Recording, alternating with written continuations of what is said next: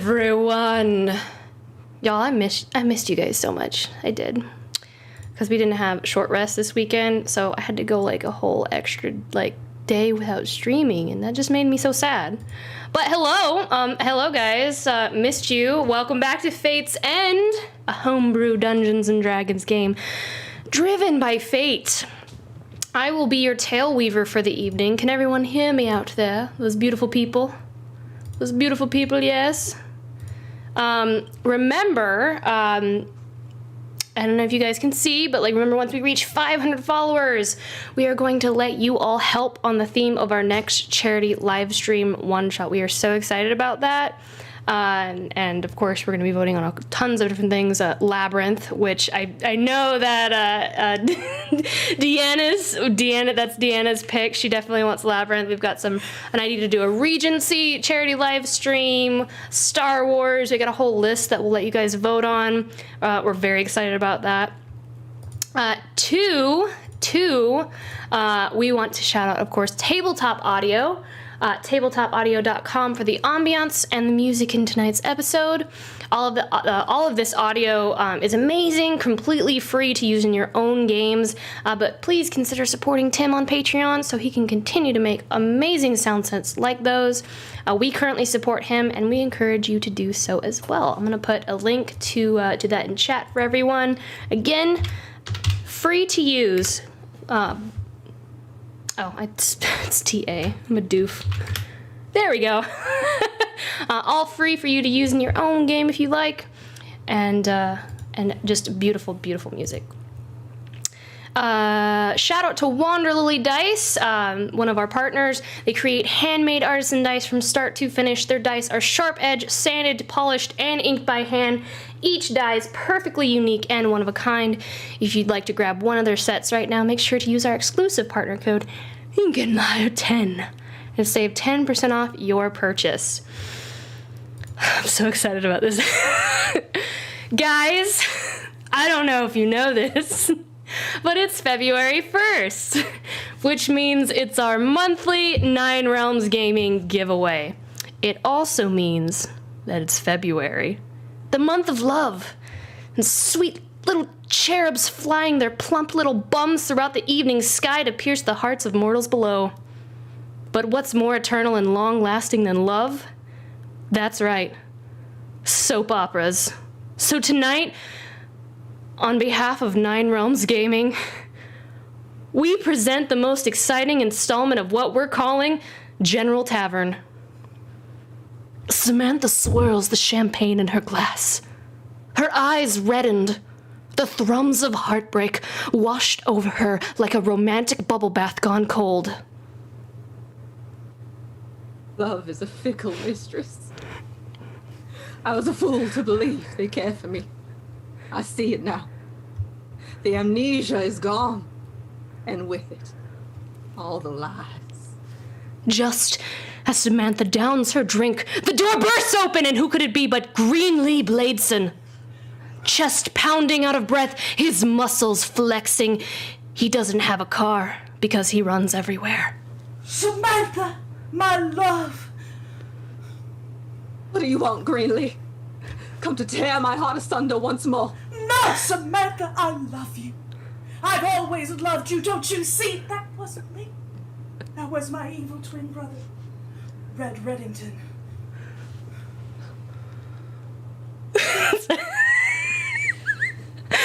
All of a sudden, Brad Bradson burst into the door next. In a passion of the moment, he becomes shirtless. He's oiled like a Greek god and appears to have ran all this way too. He looks longingly at Samantha and is holding a small trinket. Pause for gazing. No, Brad, you're supposed to be dead. Oh, Brad, you're supposed to be dead. I'm sorry, I missed my line. Samantha, it's happening so soon. That was a lie. My death was staged for the second time. Death can't stop. But I've come back to be with you, Samantha. Ah, you're too late, Brad. Samantha and I, we're together now. Love is never too late, Greenlee. That's why I got the perfect gift to show my true love. An undying love and devotion. A dice vault from Nine Realms Gaming. Oh, God. No. That's right, Greenlee. I did what you could never do. Brad, wait. Does this mean? Brad runs to Samantha, her hair blowing in the wind like a beach-swept goddess. Even though they are indoors, he kneels down and holds out a beautiful Catalog's dice vault crafted by Nine Realms Gaming. Will you take this Catalog's dice vault made from the finest woods without any dyes or stains? They are lovingly caressed with oil-based finishes to bring out their natural grown colors. Beautiful. Just like that time it believes. Oh. Yes, Brad. I will accept. Now that we both know our love is eternal. How can we tell the world? My darling, just go to ninerealmgaming.com and use the code Lyre10 for 10% off. It's the happiest day of my life. End scene. Christian's not allowed to wear a shirt for the rest of the stream. Well done. Amazing. I want to read the comments. I'm sorry.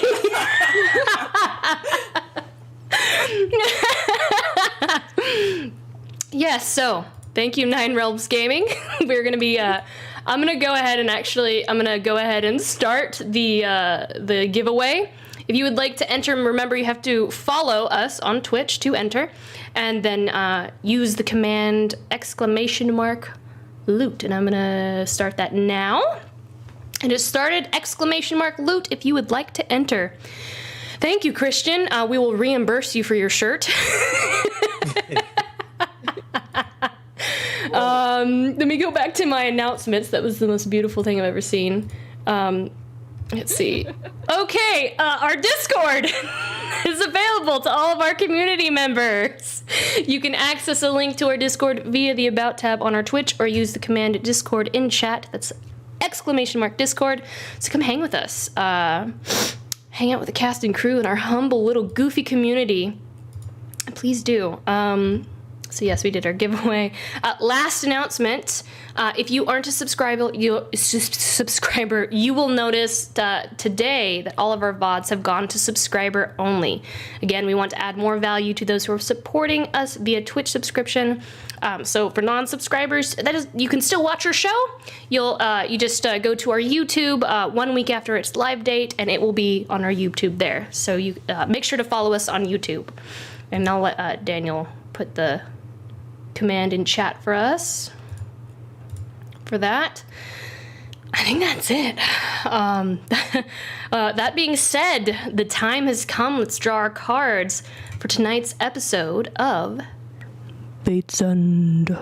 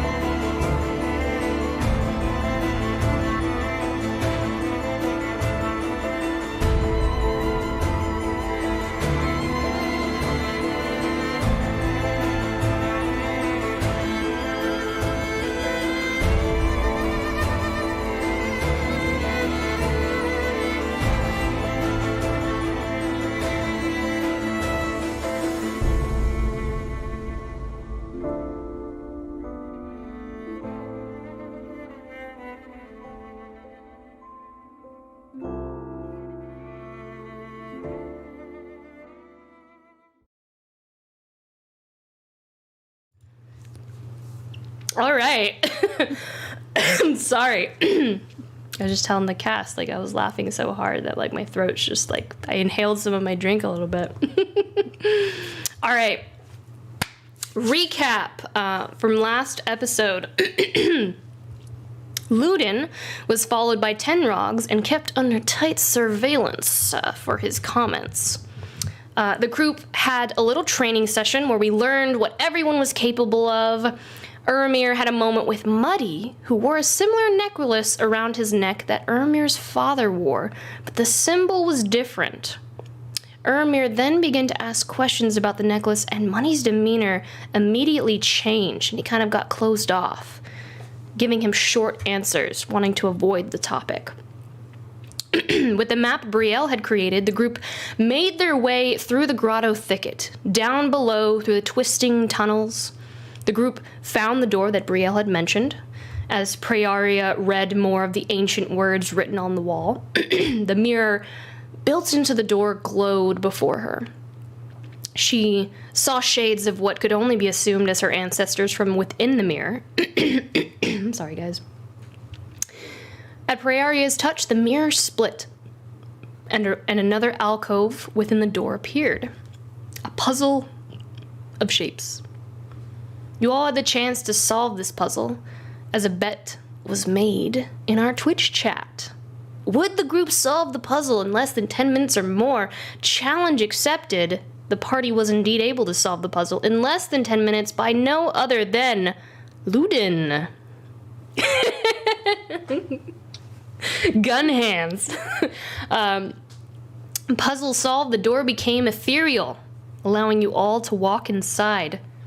Making your way, you were led to an overgrown peristyle courtyard. The architecture and environment of this place, even overgrown, dazzled you all. Ironically, Prayaria, who should have probably known better, poked one of the bloom pods that resulted in a chain reaction that sent a flurry of pollen into the air. As the pollen began to settle, the environment changed. The ruins shifted, and in moments, the villa was like new once more. The sound of voices running past the party, speaking in a language only Prayaria could understand. And her knowing what the creature was, she realized this was a memory of the past of her ancestors. Distracted, a vine grabbed Finlai and battle ensued. During this fight between the ancient creature, the Wraith, you all discovered what Hesperis... What? She can fly. Well, The battle was tough. Urimir, especially, was drugged down into the water and almost drowned. Samson was close to death as poison seeped into his veins. In the end, you all came out victorious, and Prayaria took the final blow, silencing this ancient creature of her homeland forever. We come back. Start our music up here. We come back to the moment as you all gather your breath, mostly Urimir, from the battle. Prayaria, you stand there, the creature carved down in two from your sword. You are still for a moment, looking down at it. Your mind procures a memory of your mother. From your forest. Your home? After the last couple hours, what even is home? You grip your sword tightly, and your mind procures the memory regardless. You grip your sword tightly, and again, your mind just procures this memory. You were younger, naive. You walked into the outer garden alone. You wanted to peer through the gates to that forbidden place, just to get a glimpse of her at work. So desperate to go beyond the gate, the curiosity agonizing. You weren't paying attention and a clump of young, stinging cords latched onto your calf. You pulled and you screamed as it dug into your skin, clawing at you and latching one after another. The stingers catching and staying into your skin like the needles of a cactus. Immediately, losing the sensation in your leg as the numbing agent began its work. Freeing yourself from it, your anger raged and you impulsively trampled the small plant to death. Breathing heavily, just as you are now, looking down at the withering plant, you felt your mother's eyes burning into the back of your head. You turned abruptly, and she towered over you, sovereign, stern, angry. She slammed her staff, now your staff, upright into the dirt, roughly grabbing your shoulders, forcing you to kneel down next to her in front of the plant. You turned your head to look back in the direction of your house as if you might be able to escape. A sharp thump on the back of your head with a curt "Nyekta!" Pay attention. You both knelt in silence. It felt like forever until you spoke up. "Merhet, it hurt me. It's not my..." Another word, another curt one. "Nicht." No. You pressed on. The pianet plant is evil, mother. It meant to kill." You are cut off once more as her hand sharply smacks the back of your head. "Nicht, child." Her voice was booming, and there was a shift in the forest as smaller nearby creatures took refuge from her voice. "Nyekta, Prayaria. I say nyekta." "Prayaria. No pianet is evil. Food we eat, we kill. That not make us evil." She looked down at you sternly. "Injectwe. Ignorance. Liampra. Impatience. Agrata. Arrogance. Strong against weak. Nicht nyekta. Not listening. This is what caused destruction. When you not take time to look, you only see one way. You miss truth. This is evil, Prayaria. You had been staring so intently on the dead plant before you, avoiding your mother's gaze. Your mother's hands hovering over the small, dead, trampled bulbs and moving down and over to the subtle, almost invisible roots, leading to and dipped into a nearby spring, its life source.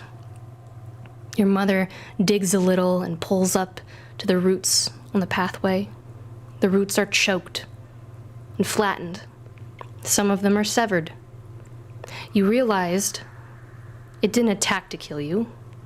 It attacked because you were leaning up on the gate, your feet digging down into the dirt, your toes pressed into the soil, cutting off the plant's access to water, killing it.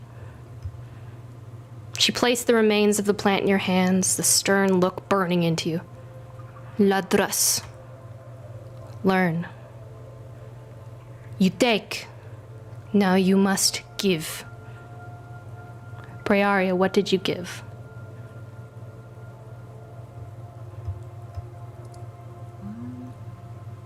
Alright, she thinks for a second. And she hesitantly reaches back into the hood of her cloak. And inside is just so much dirt. And in it is housed a little plant that she had been growing.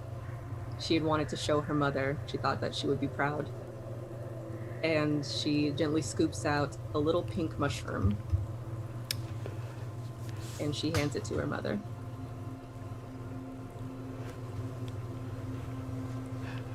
Your mother took it. You scooped out the dead roots, picked away the rot, took away the dead pieces, until something new could be created. You dug into the soil, and the both of you planted that new spark of life together. And a lesson was learned that stuck with you to this day. We come back from this memory, and you blink a few times, Prayaria. You all see Prayaria quietly standing over the dead plant creature, still catching her breath. And the moment is yours now. Whew.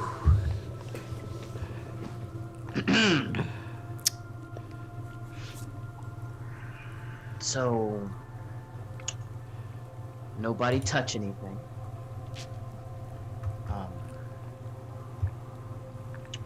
Yeah, I'm gonna go make sure we're good. Just gonna walk around just with his short sword back out and just walking around looking to see if any other crazy things might attack him. If there's anything that, like, even a drop of water that falls, he'll be like, kind of thing, but... Paranoid. Raina, they're saying you're a little quiet in chat. Okay. I'm gonna my mic up.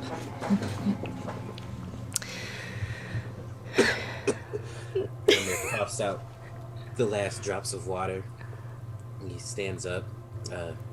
Scrappy waddles over to him and he picks him up, pats him on the head, and puts him back in his bag. Says, "Yeah, don't touch anything." Don't move. Don't breathe. Well, maybe you should breathe. I'm gonna make a small fire and begin a short rest so that Urimir and I can dry off all our clothes. They're soaked to the bone now. Urimir, are you okay? I will be. Glad to be on land again. Yeah. Here, do you want me to look at anything? He kind of examines himself. No, I think I'll be all right. I'm just a little shaken, is all. Not every day you almost drown to death. Right. Well, I'm really glad you didn't drown to death. Yeah, me too. Urimir, that's... Sorry, go ahead. I was gonna say Prayaria is dragging the plant corpse over. And she's kind of shaking herself off. I take two large steps away from the corpse. I am sorry. I have been distracted. So Is everyone okay? this is supposed to be your home, right? Or your ancestors' home, or whatever. What the hell was that thing?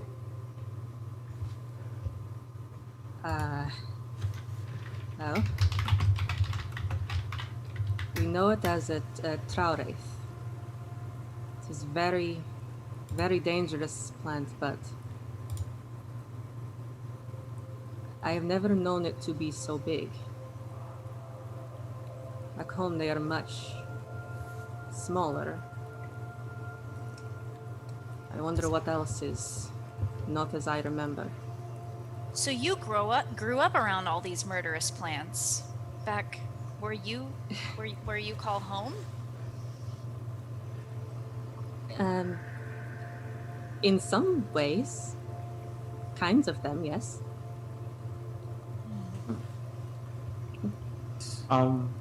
Just for the heck of it, can I cast Detect Magic while I'm walking around? See if any other crappy things might be around. Sure. What's the range on that? It's 30 feet, but it lasts for 10 minutes, and I'm just walking around the entire chamber, so.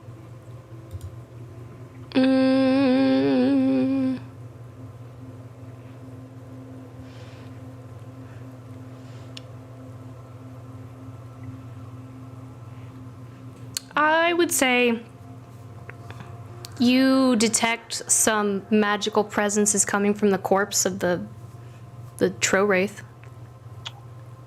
All right.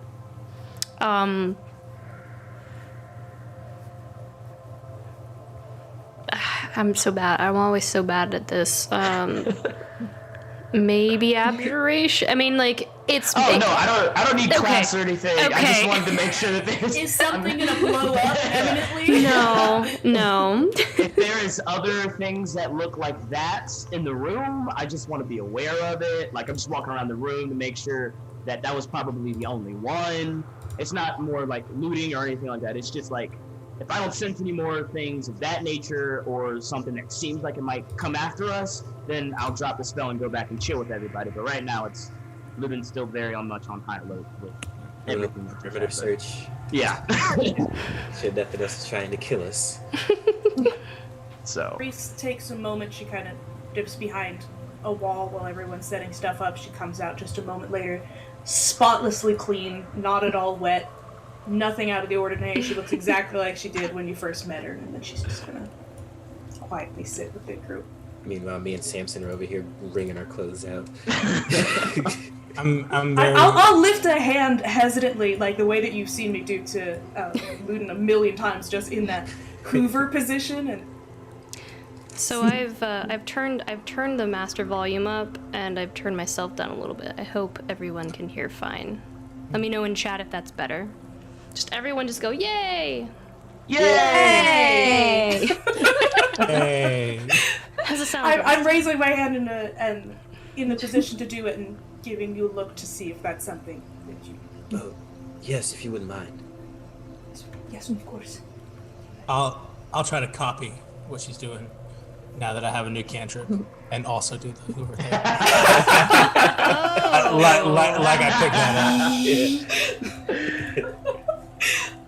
While we're on the topic of just pulling out new things that we didn't show Luden. Yeah, he's definitely looking back over at all of this going on, and he's just very like upset, just visibly. Samson So is, normal then. Yeah, so normal Luden. Samson is like silently judging Luden for being such a scaredy cat. Just like Scaredy cat? Uh-huh. You know what? He can't see what you're thinking, so why not? No, he can't. His perimeter search starts looking a little bit more like. Okay.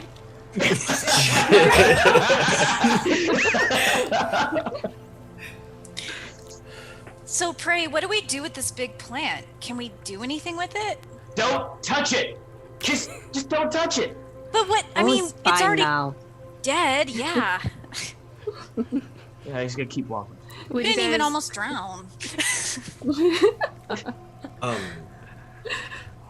Can I Urimir would like to take some samples of the plant.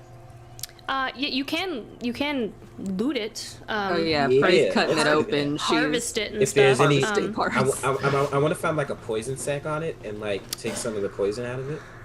So, go ahead and roll. If you are proficient with nature, please roll a nature check. Oh, with nature? May I?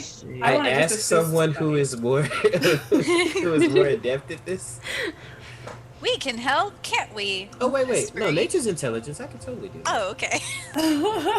I'm proficient in nature, but I Can you, Urimir? No, apparently not. But you're getting assisted, hopefully. Yeah, we Yeah, can look yeah, at it too. for I mean, the sure. plant's big enough. No, okay. Yeah. Give it here, Urimir. By all means, take a look. All right. Oh. Would you look at that? I don't know what it is either. Is anyone else proficient in nature? Prayaria, I will Prayaria, allow you you to have roll to for be Yeah, this. maybe you could help. I Yeah. will allow you, because you know about this plant, I will allow you to roll. Come on. Yeah! Yay! There we go. Makes sense. That should be I'm like poking at the wrong end with swords. Yeah, Finn and Urimir are just kind of like, wait, is this the vine? Like, you guys clearly don't know, look like you don't know what you're doing, and Prayaria just kind of watches for a moment before stepping up and taking charge, and And she begins to kind of cut the pieces that she knows are useful. In doing so, Prayaria, you know how to collect the fear spores and the poison spores as well, but you need a container. Do you have a container? I have my many pockets. I have a container. I've got a bunch of perfume bottles. If you want a really small. I've got an alms box. What Also about, have an arms box. everybody Like, that I has have a drank a backpack. potion of healing should have like a... Good A point. healing. I totally down the potion of healing earlier. Yeah, so everybody should have one of those, right?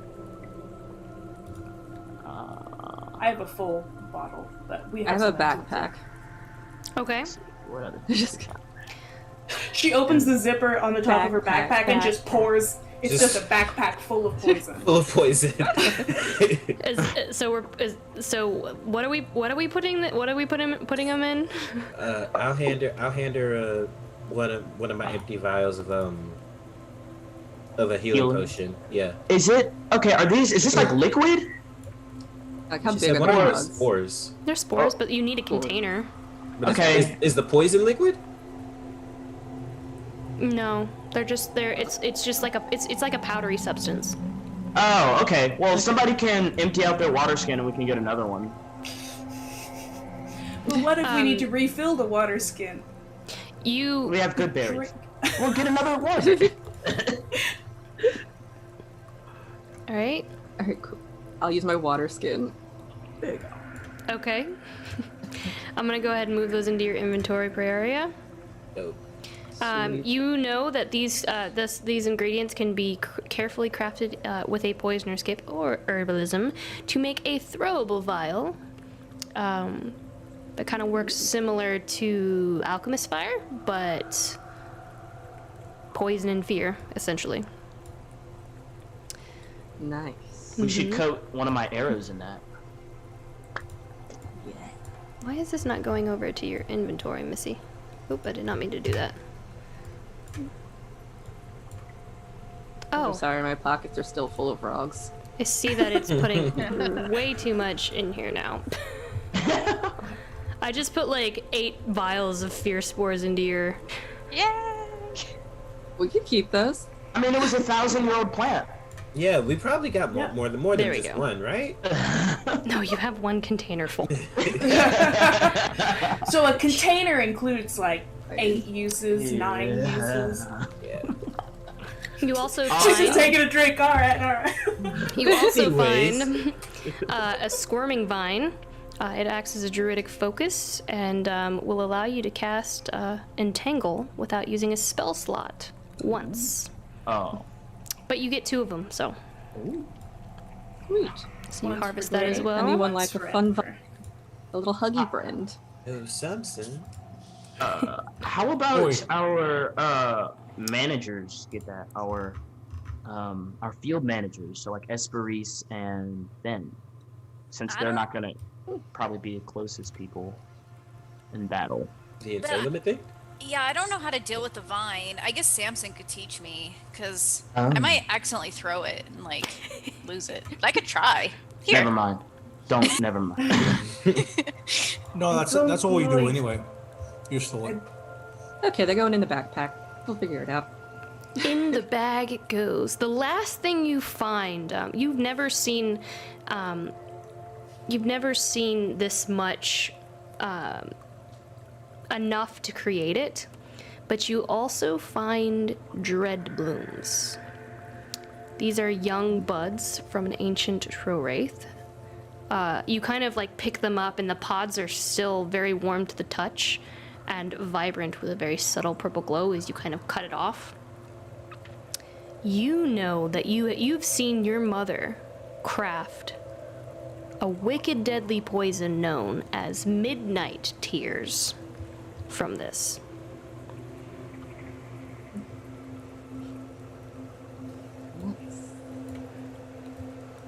We about to have some poison. And it is a very it's a very rare, deadly poison. Having these vital ingredients will not incur any cost to produce.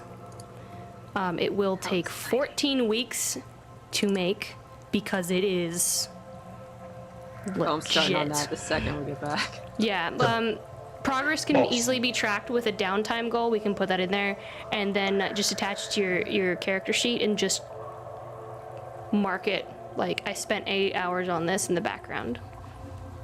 Okay. And I can add that when at the end of the session and stuff. And that has been added to your inventory as well. So you go through and you're cutting off pieces of the plant. For the others, it's kind of very similar to watching a hunter, begin to clean its kill, like after hunting a deer. You just know where everything is. And you collect it.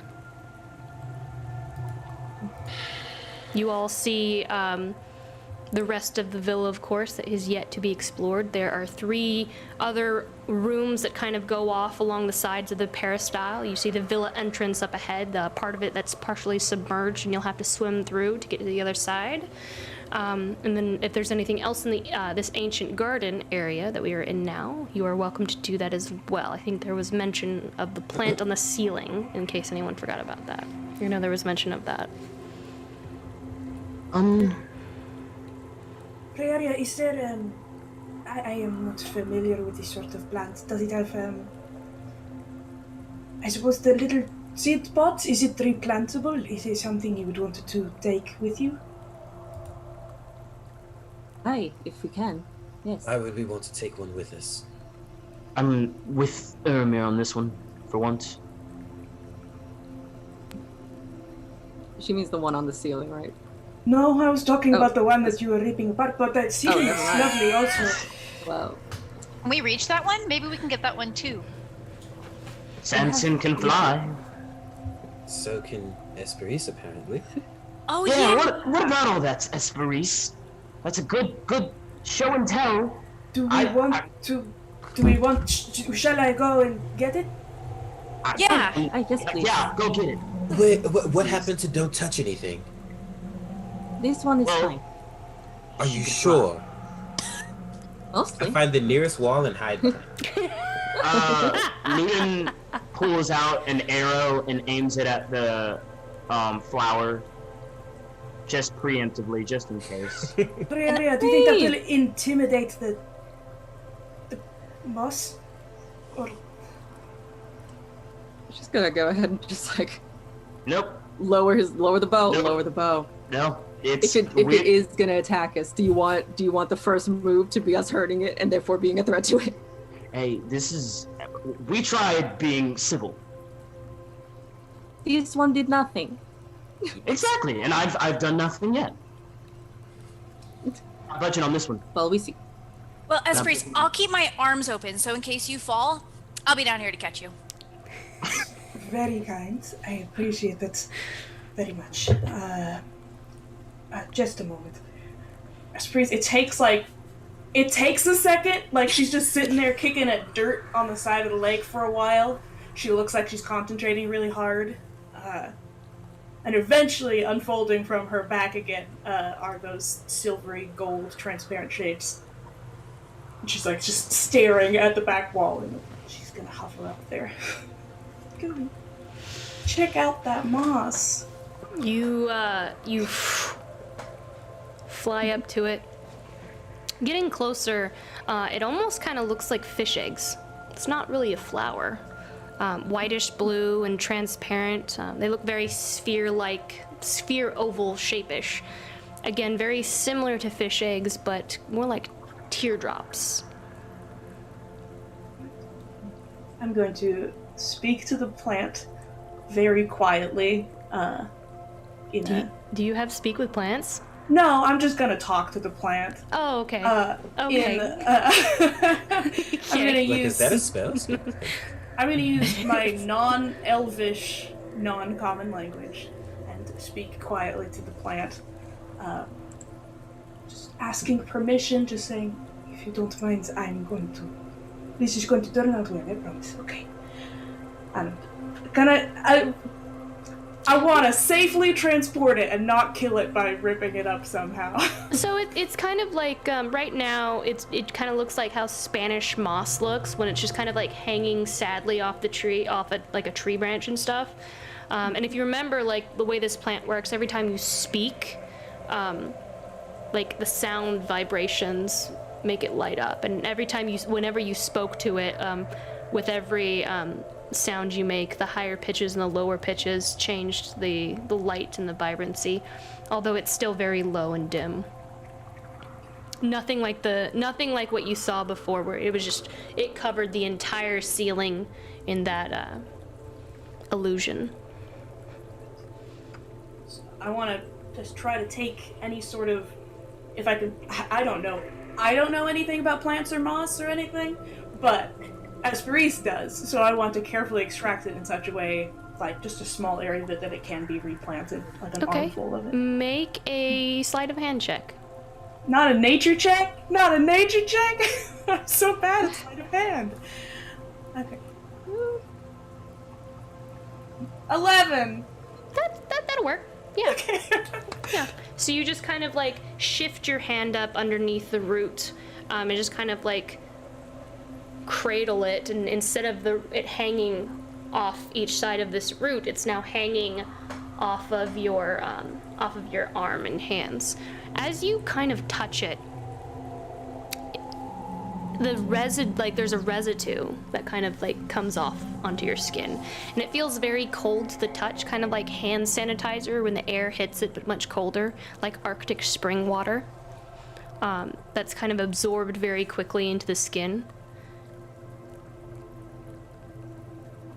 You fly back down? Yeah, gonna carry it almost like a baby, just lay it over my arm and come down and pass it off to Prayaria. It's only a small amount, but it should propagate, I believe. As you speak, you see the residue that's been left on your skin and then absorbed very quickly. As you speak, parts of your skin just kind of light up and glow a little bit. Nope. Steps back away from Hesperis. That's so pretty. Almost pointing. He's not gonna point it at Hesperis, his arrows, but he is. Guys, Look, I know that we've got to do this thing for Briel and all, but like, can we please stop touching things? Luden, it's okay. Look, it's pretty. No. Oh. Well, Actually, rule number 4. Don't touch Just Finn playing with like mercury, look how shiny it is. I'll say, Luden, I completely understand your concerns. It is just a matter of ancestral heritage, so I think it was worth it for this one thing. Prayaria's just kind of gonna hold it out toward him. He's by Urimir at this point, behind the wall. After about a minute passes, Hesperis, it no longer lights up with sound. Wasn't even worried. I wasn't worried about it. must be Could nice. see the sweat. Yeah, real nice. I think we have so much if it was dangerous. You saw. It was everywhere. Just gonna put it in her hood. The plant that tried to drown me was everywhere too. Not now, before. For once, I'm very much in agreement with Urimir on here. If we're going to stay down here, can we at least move forward or go back? I'm not comfortable in this room. Yeah, let's keep exploring. Okay. Cautiously. Very cautious. Of course. Cautiously, hands up. Not touching anything, right, Prayaria? I make no promise. Of course not. Alright. Well, what did you guys see down there when you went in the lake? My life flashed before my eyes. Okay. Other than that, did you see anything else? It's a valuable thing. Yes. Yeah. I didn't really get a good look. I know Urimir was otherwise disposed while he's in there, but it was kind of dark. like the water's kind of inky. It's not really easy to see, even with someone who can see through the dark. So I don't recommend we go submarining through it, unless we have to. Maybe a boat or walking along the bank. I think that would be best. All right. And then, Lauren, you said that there's like 2 other passageways that aren't near the water? There are 3. There are a couple other rooms and areas, but the doorways are caved in. But there are 3 other areas that are open for exploration, if you so choose to explore. Yeah. You could all. The other areas are caved in. You could all split up or tackle it together. Well, if y'all would all just hang on 1 second, I'm about to finish my short rest. Then we can get back to it. You are feeling more whole now, Urimir? Everyone is feeling better? I don't know. Am I feeling better, God? Yes, you're all taking your short rest. Or I am feeling much more spry. I assume my 7 my additional hit points are gone now. Daniel? They are, yes. Okay, that's okay. Just wondering. They disappear with the bow. Well, so I'm guessing we're all going together? Would you be more comfortable splitting up, or we could all stay together? It's probably better we stay together. All right. Get this over with. Yeah. Why not? And I guess go down the right path. I'm assuming they're like right. You can just move your token where you want to go in the forge. Those are the 3 rooms, and then there's the villa entrance. So wherever you guys. Heck There's just a big red shape that says near death in the middle of the screen. Oh, that's the dead body of the trove. Yeah, I was like, is that me for a second? Zoom out.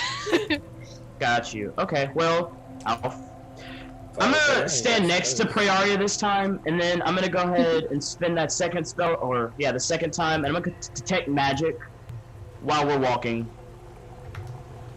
You have chose the bedroom. Oh. All right. Who keeps placing templates? It automatically Wasn't me. makes me place whenever I do my detect magic. Oh, you're doing detect magic. Okay. Okay. Yeah. So, you enter this part of the villa. There aren't any dripping pools in here, so the entirety of this room is shrouded in darkness. Those of you with dark vision, though, who is, I believe, Urimir, Luden, and Samson? Is our tea still in effect? I think we all have it right now. We had 3 Oh yeah, hours. that's right. of I forgot tea. about that. I completely forgot about the tea. You're right. You have it the whole time. You see this room is crowded with thick weeds as well. You can see a large stone slab. Luden, Urimir, and Samson, you get the sense from looking around the slab and the carved furniture in this room, looks like a bedroom. The large stone slab being the remnants of what once offered rest to one of Prayaria's ancestors. On the wall behind the bed, like a headboard, you see this beautiful carved depiction of a fey oak, like the one you had all seen. It's massive. Beneath it, you see the tree is split open, with light emitting from it. Surrounding the base of the tree, you see hundreds of what seem to be fey creatures. They stand vigilant as if waiting. There is some writing written in the old words just below this depiction, and it may be translated if you wish. And I assume it's in Fae? in Fae. It's in the language that only Prayaria knows. Gotcha. I would Unless like you to have read comprehend it. languages. Unless you have comprehend languages. Prayaria, as you saw before on the doorway, you see the phrase, "What is formed must break again. What was broken will always be whole. We are never lost. We are never alone. Our roots are strong. Our roots are deep. Even broken, we are whole." However, there is an addition to this translation. Just beneath that, you see the words, "Never forget, we will return."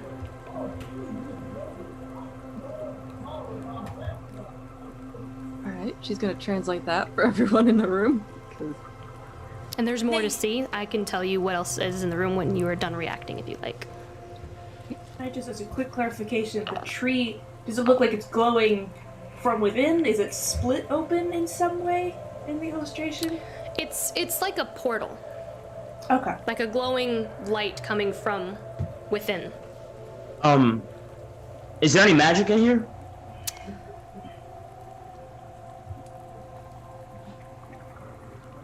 Yes. Okay. There is. We'll get to that in a second. All right. As long as it didn't pop out and try and kill me. I'm No, good. I will tell you. I'm glad that you reminded me. I will remember. You also see in this room another mosaic, or you see a mosaic. On the wall, you see 8 symbols. One symbol is bigger than the rest. Arcana check. It's pretty easy. You'd have to roll a nat 1 to not get it, honestly. Watch me go. Watch me get a nat 1. Just barely. 19. 2. It's all good, guys. We charged our dice. We're Look at killing it. Net. Yeah. Oh, unnat 20. So Dirty 20, good. baby. I got a 19, Luden got a 20, and I think everyone else is 4 and below. Is everyone proficient we with are Arcana checks? perceiving. Oh, no. I'm not proficient. I'm not No. I thought we were just Okay. throwing Well, it. good thing Sorry. good thing Hesperis is. I am too. I rolled a 15. Okay. Okay, so Samson and Hesperis, these are the symbols for the School of Magic. They arc from left all the way over to the right. The largest one sits atop the arc, kind of like the peak of a mountain. The largest one is conjuring. The conjuring symbol. You see another large fey oak tree in this mosaic. Although the mosaic splits the tree down the middle. On one side of the tree, the tiles of the sky are various shades of blues. On the other side, the tiles of the tree are gradients of oranges, violet, reds, and yellow. And another inscription is under that as well. Would you like to read it, Prayaria? Absolutely would. It Everything has says, just been so fun. it says, the 7 will bring us home.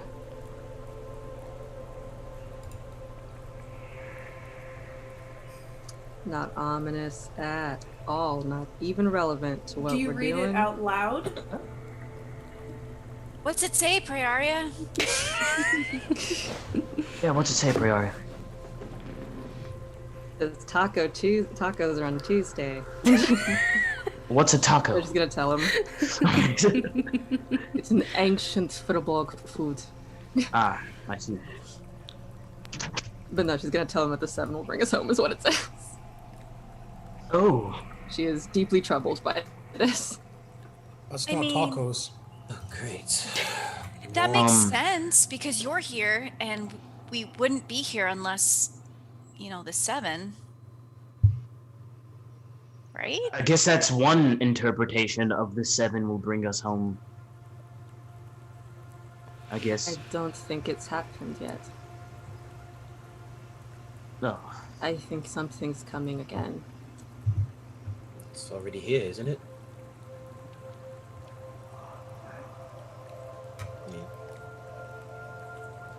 And she's just kind of gonna keep looking at the mosaic. Do I know? I should know, but I don't have it written down in an accessible place. Conjuration. I know transmutation and illusion, I think off the top of my head. Which of the new gods is conjuration? Give me a second. And do I have any strong associations with them at all? Why they might be meaningful to Levi. these people? Is it Levi? I should have known that. I don't know that. Apparently I don't know the symbol. It's okay. Still learning. It's just like just a along. It's just like a picture of Levi's face at the top. Yeah. Levi's like, hey. Who's this guy? I keep thinking that Levi is illusion, but I'm just wrong. That's what I thought too. No, that's trompery. Okay. That is trompery. Fun times ahead. Well, I'm sure we'll find out about it eventually, Prayaria. There's no use, contemplating too much on it, right? Right. The last time we saw a prophecy like this, it didn't exactly end well. You guys saw another prophecy like this? Did we?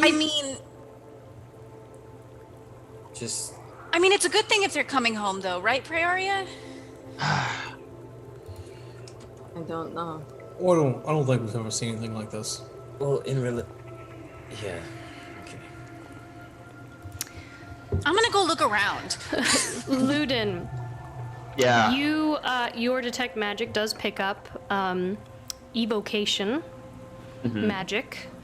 In the corner of the room, on top of a stone desk, you see a small stone container. It's small in size and perfectly cube shape, almost like a rectangular stone urn. Its colors are in black marble with cream and gold veining. Okay. Touch it. No, Luden isn't good. He's just gonna put his body in between everybody and that area, and he's not gonna say anything. He's just gonna stay in that area. In fact, well, guys, it looks like this is everything that's in here. I mean, Let's you go all another- see the box. You all see the box. What's that behind you there, Luden? You heard the man. It's nothing important. He's got Yeah, detect don't- magic. Luden would never lie to us. You know that. Well, I've got. I never said anything about the box. If nothing else, Finn and Prayaria definitely see it. I've got to identify. Is there something in the box? I don't know, but every time we touch something, something goes wrong. So maybe we should, wait and touch it after we've searched Do you everything. think there is reason to be concerned about this box? Well, I have reason to be concerned about literally everything in here. the box is Sarah's gonna go over considered to the box. everything. Agreed. He's gonna walk out the room. Like, We don't should invest learn. in gloves. But I think he must have seen something about the box. We probably shouldn't just open it. Well, it is Prayaria's home, right? She can just do whatever she wants. Yes, but perhaps her people are protective of their secrets. This box might not recognize Prayaria as privy to them and explode or bite her fingers off or...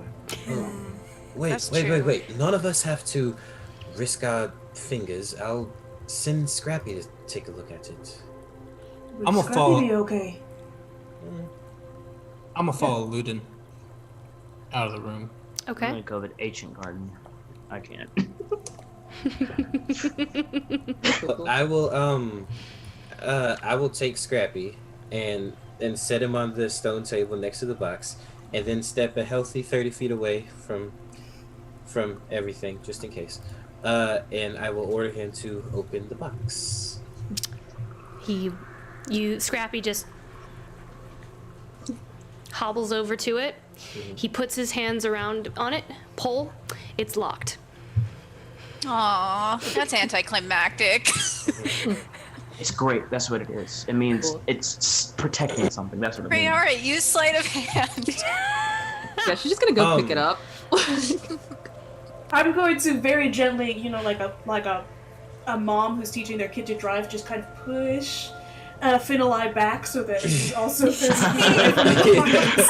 I want to see what's inside. We'll see in just a moment. So who's all going over to it now? Really not Everyone me. is 30 feet away. Except me. It's fine. It's my house. I got this. Go for Everyone is going to see it except Prayaria. Okay.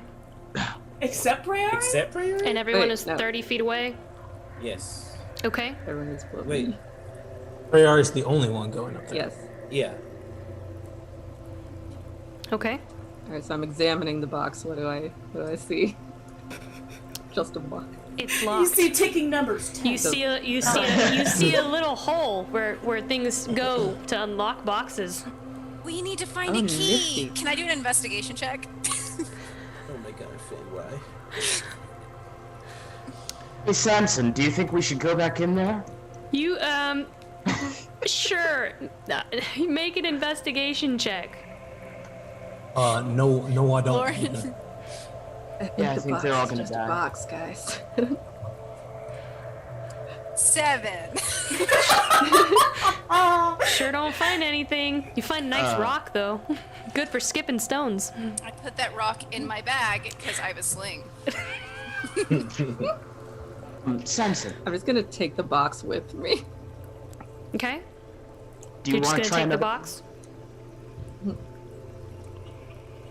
It's pretty heavy. It's pretty darn heavy when you pick it up. Like, it's made out of marble, and like as you pick it up, you feel like you hear like lots of things kind of shifting inside of the box. Do we want to perhaps wrap it in something? Sounds before like we- rocks. Can I? Like, you know when you put like On the road, rocks in a box? I want to. Sounds like can rocks I in a pick box. the lock? You sure can pick the lock if you would like. You have thieves' tools, I believe. Oh, yeah. Here we go. Prayaria, it I just feels like there's remembered what I rocks in here. am. They were tenders of the rock, I think. These are the stone flowers, something like that, I think. I mean, I guess they're nice rocks. Possibly.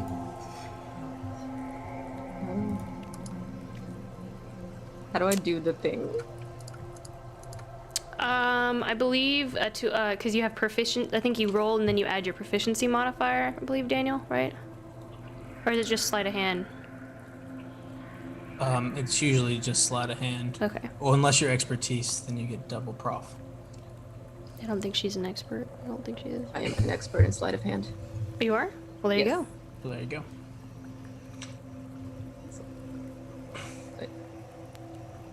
Do I roll? Ooh. Heck yeah. Okay. So you just kind of like take you have one kind of hanging out of your mouth and you just begin to move and work against the lock. It's a pretty complex lock. And you just immediately, and it's unlocked. However, you didn't investigate for Start traps. leaving the room. I'm just gonna. Nope, you're in the room. I knew it! However, Crap. nobody investigated the box for traps and therefore didn't disarm any traps. I tried. You looked on the floor! Looking for a key.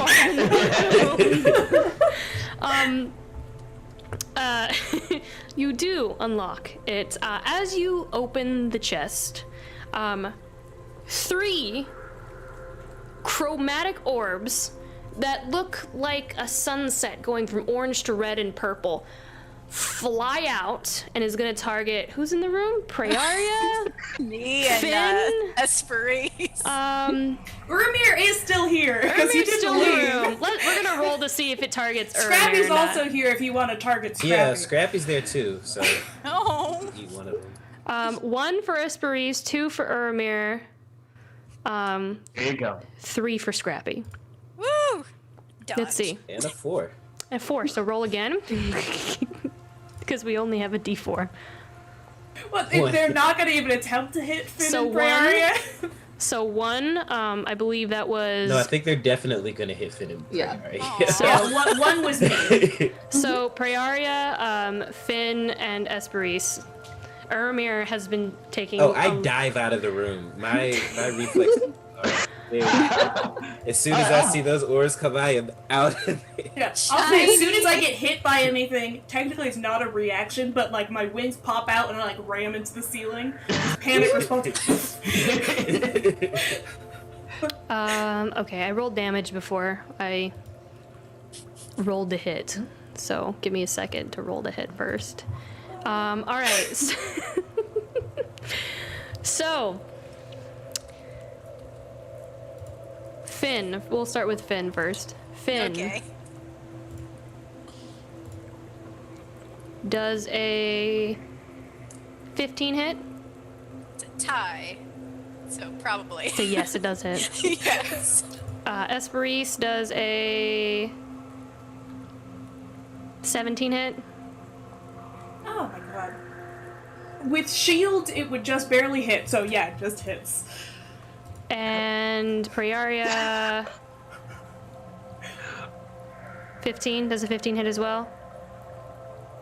Yes. So all three of you, this goodness. chromatic, shimmering orb, three of them fly out, and just like, and sizzle at your clothing and into your skin. Prayaria, you take like as it hits you, this shockwave of electricity just moves throughout your body, and you take 13 lightning damage. Or your 13 damage is lightning damage, and your muscles just tense up, and like there's a smell of kind of like burnt flesh in the air from it. Hesperis, as yours hits you, yours is like begins to like eat away at your clothing, and it's acidic. It's acid damage as like this battery acid burns through your skin, and your skin, there's a smell of burning flesh in a different way now, but acidic. And then Finn. Wait, how much damage was it? Sorry. 13. All of them. I rolled one for everyone.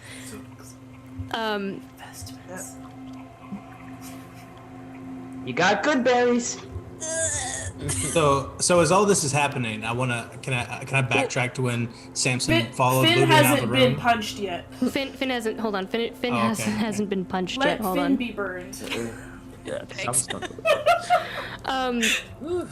As yours hits you, Finn, this like boom, like thunder, and it like bursts into your ears, and you kind of have to hold your head as this thunderous sound just pierces, and like there's a little blood that kind of comes out of your ears a little bit. Some of the rocks and bits of dirt from the ceiling kind of tumble down along the sides of the walls, and then of course Samson and Luden, you all hear that. Great, now I'm blind and deaf. How much damage do I take? you took 13 as well. I just rolled one Okay. for everyone. So really, my clothes are... I'm not worried about the hit points. My clothes are burned? They're singed. I poked my head up from the other side of the said, is everyone all right? Yeah, totally. Ow, fine. Here, do you want my cloak, Hesperis? He'll offer his cloak over to her. She has a moment where she looks like she's gonna be upset. Thank you so much. That is such a kind offer. It's kind of dirty, but it'll at least, yeah. As you open the chest, you're immediately hit with a sparkling radiance of gemstones. Just a cornucopia of rainbows of just all these different kinds of gems. Those proficient with nature can roll to see what's in here. Yeah. While we're rolling that, I think Luden and Samson wanted to Oh yes. talk sorry. shit. Oh no, there was other stuff that I was gonna try and do, but they can figure out what the stuff is first, and then we can do our little thing. It can wait. It's fine. 21. 16. Okay. Shit. Both of you, as you kind of step up, you both see a rainbow of like turquoise, malachite, rubies, moonstone, onyx, peridos, amethyst, jades, topaz, violet, garnets, jacinth, I believe it's called. And they are the purest gemstones you've ever seen. Just grade A.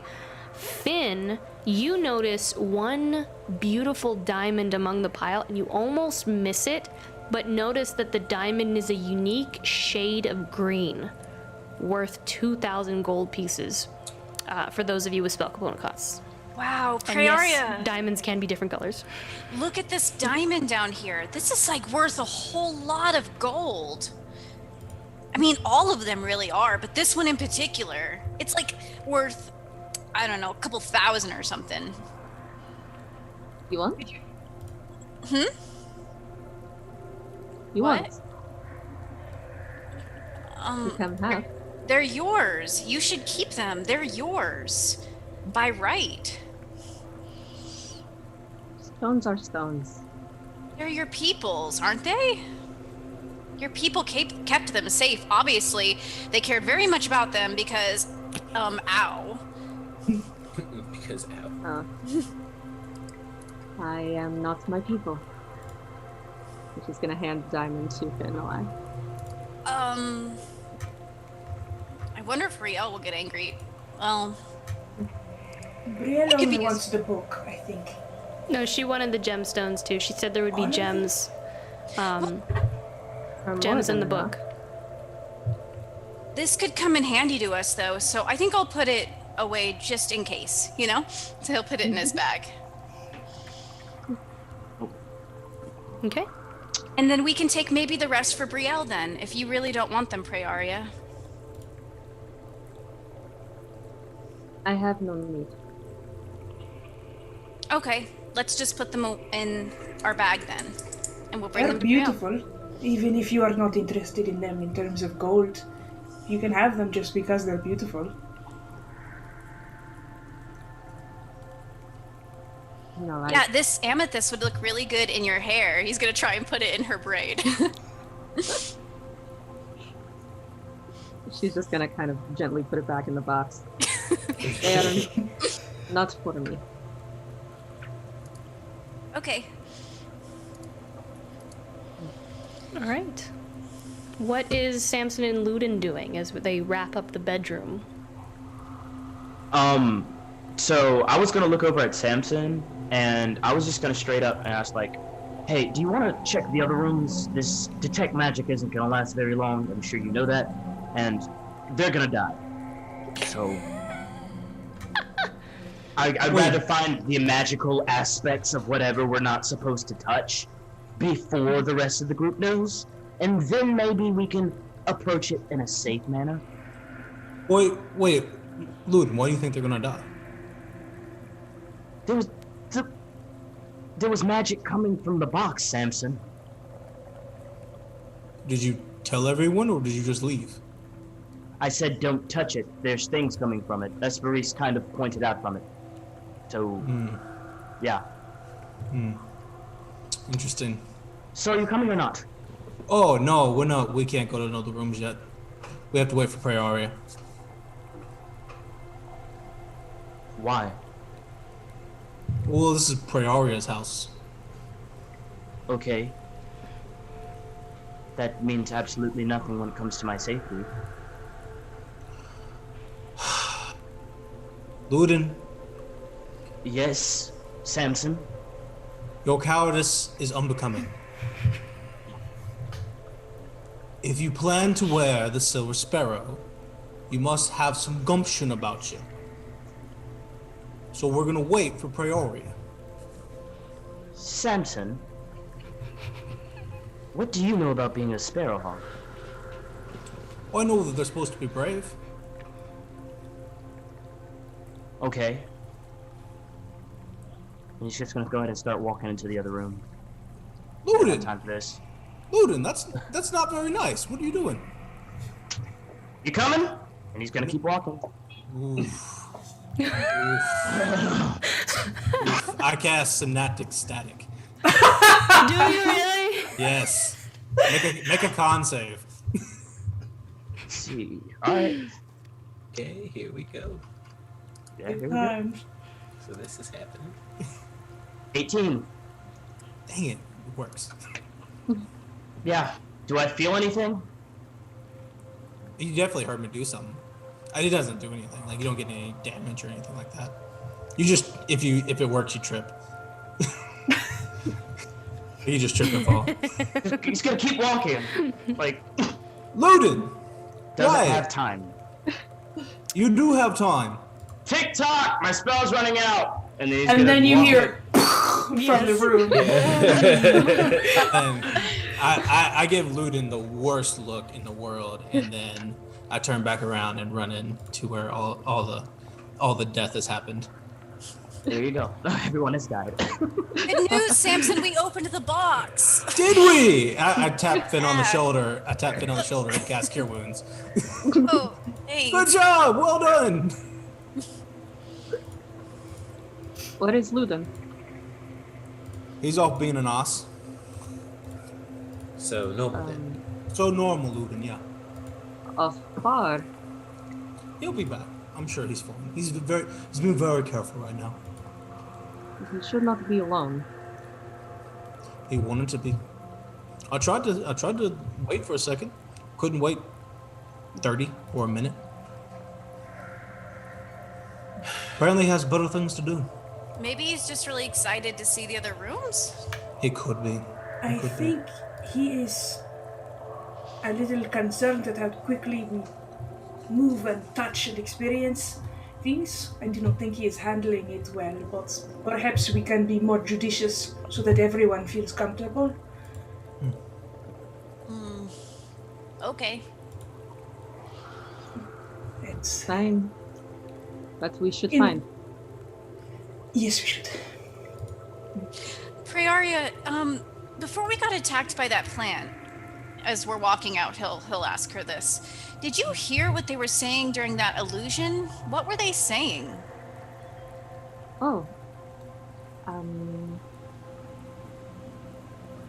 I think the words are unfamiliar sometimes. But they say they were going to see the Celesta sets. The what? Sorry, I can't really hear too well. Like, my ears are all... Oh, right, sorry. Celesta sets. They go to see. A Celesta set? What's a Celesta set? History proficient people, if you'd like to roll upon Finn saying that. Sure.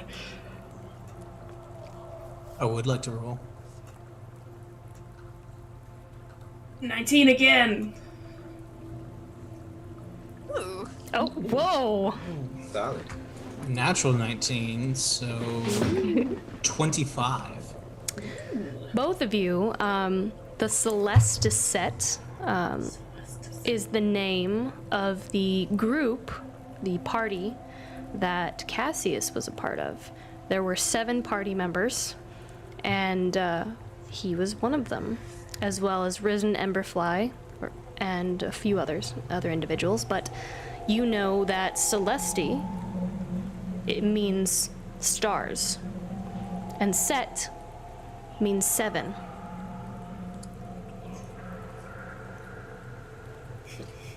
Yeah, alright. It's... Well, the Celeste set, it refers to Cassius and his adventuring party, so it sounds like they were going to see them. Oh, he came down here? Apparently. Wow. It That's was once very grand down here. Wow. His whole party came down here. So they must have been, they sounded young. They must have been going to see him, maybe? Was there some kind of welcoming party for him or something? I'm sure there would have been a great procession. Okay. Did they relay the rest of the end part, what Celesta set means? No. No, I did not. I would have. Okay. Would have. So Samson told us. That's what they must be talking about with the 7. Not the I 7 get of it. Severance. So the Celeste said, bring us home? Or save us? What was it? Bring us home. Rings. There is a... Samson looks like he has his face goes a little pale for a moment. And then he recovers and doesn't say anything. But there's a moment of maybe realization or something, but he doesn't say anything. That's such good news. When we go to wake up Cassius, and then he can find the rest of his adventuring party, and then they can bring your people home. Makes total sense now. When they say home, they do not mean this place, I think. Prayaria, you had said that there was a home before this. Wasn't there? I've never known it. No one that I know has ever. It's so long ago.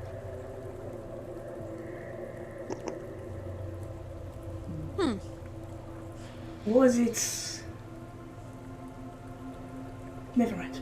I do not know what question I want to ask. Well, did all furbolgs come from down here? Like you?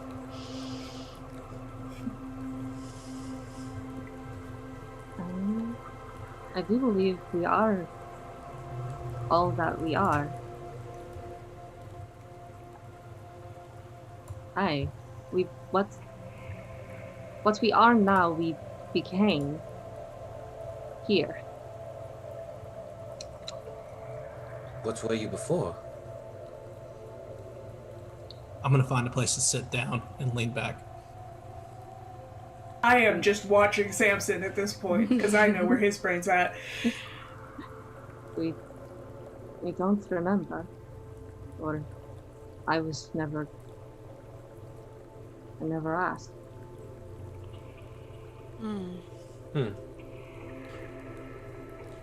Do you write to your family? Is this something you could ask your parents, your elders, for any wisdom they may have? Prayaria kind of visibly deflates at this. No. No. I cannot ask.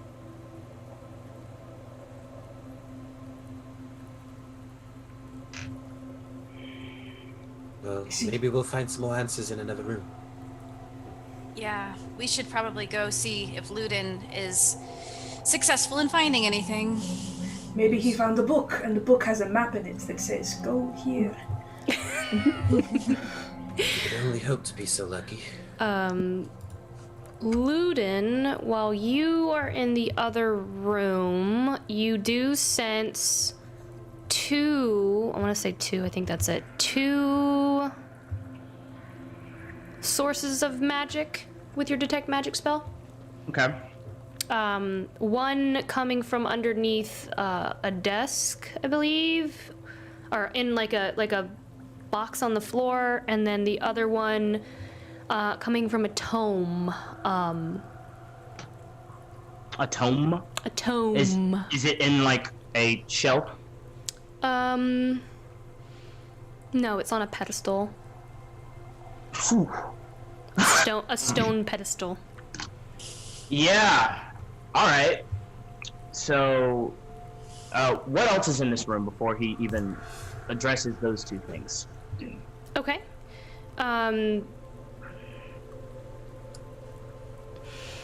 So description-wise, this room, again, there aren't any dripping pools in here. The entirety of the room is shrouded in darkness. Luden, you're the only person in this room, but you smell the subtle scent over must, and you smell parchment. And you see that this is indeed a small private library. The magic that you sense is coming from a far corner, kind of like over in some of the reeds on the floor, or the weeds on the floor. This room is very cylindrical and tall. The walls are flush with books and tomes. There are a few tomes on the ground and desks that encircle the room as well, all made out of stone. Roots rip up through the stone floor and weeds choke the space. It's like traversing through a jungle a little bit. And that is roughly the room. Outside of, that is what the room looks like. That's what's in the room. Outside of that, unless you want to actually investigate, if you're looking for something in particular, that is what's in the room. No, he's not going to look for anything in particular. What he is going to do is, you said one of them, the magic items, was in a box?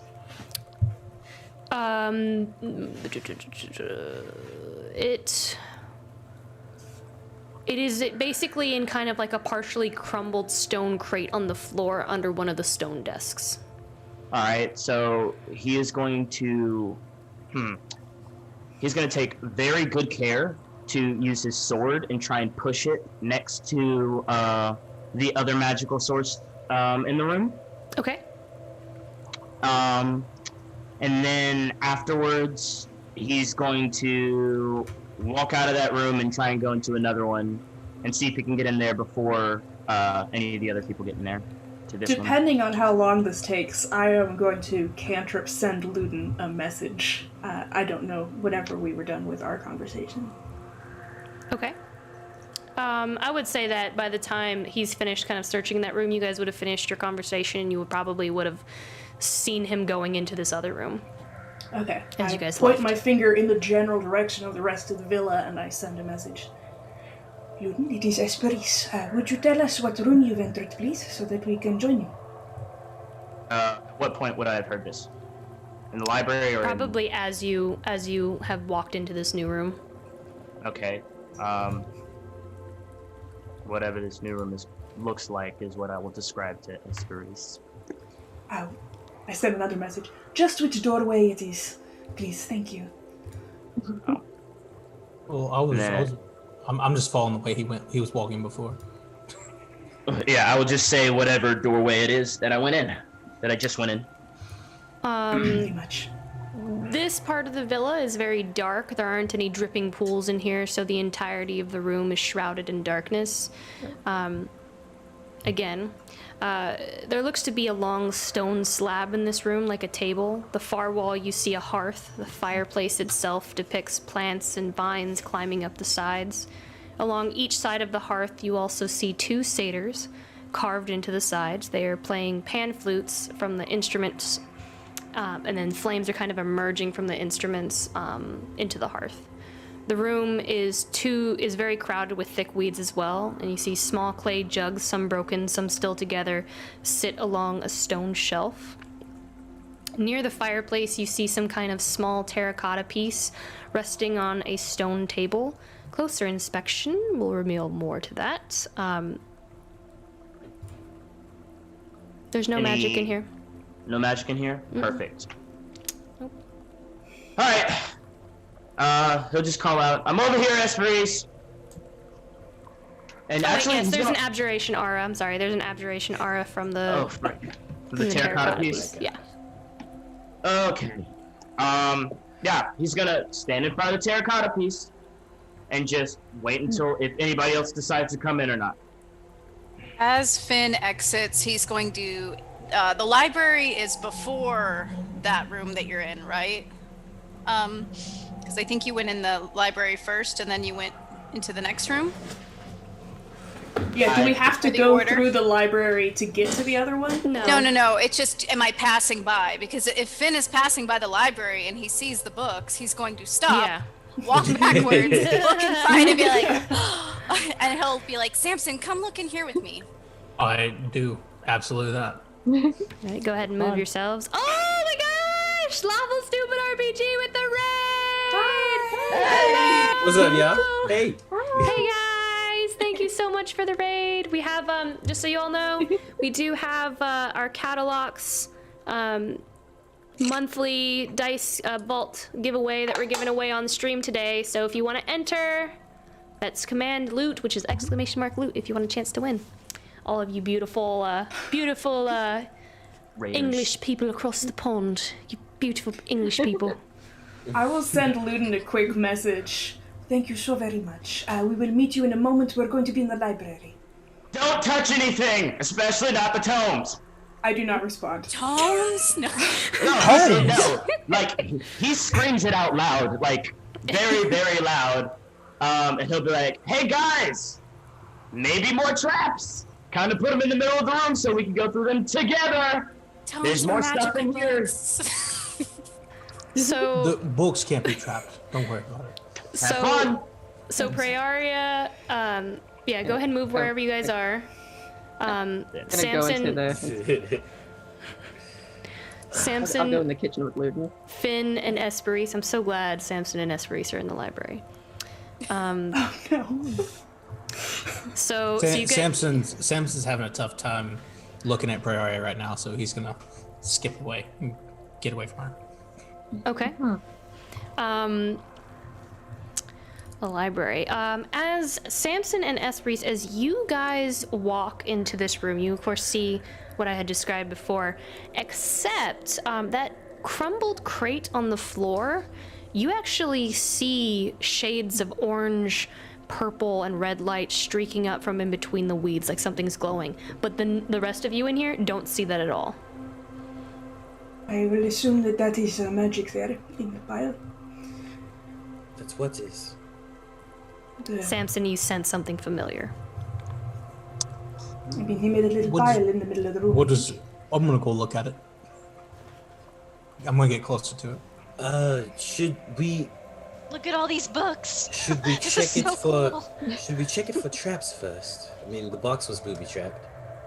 I don't know what That is- what is it I'm looking at that's got stuff glowing from inside? As soon as you walk up to it and look at it, you immediately know what it is. It's a Fey shard. The shard radiates out the colors of the sunset. And again, you immediately sense a familiar power coming from it. As you move closer, the warm crystal glints with the sunset colors of the Feywild sky and evokes whispers of emotional memory. Memories pertain, which you know, memories pertain to those who have been to the Feywild, and is different based on what court they have seen and or wish to see. I go over and pick it up, obviously. What do you see?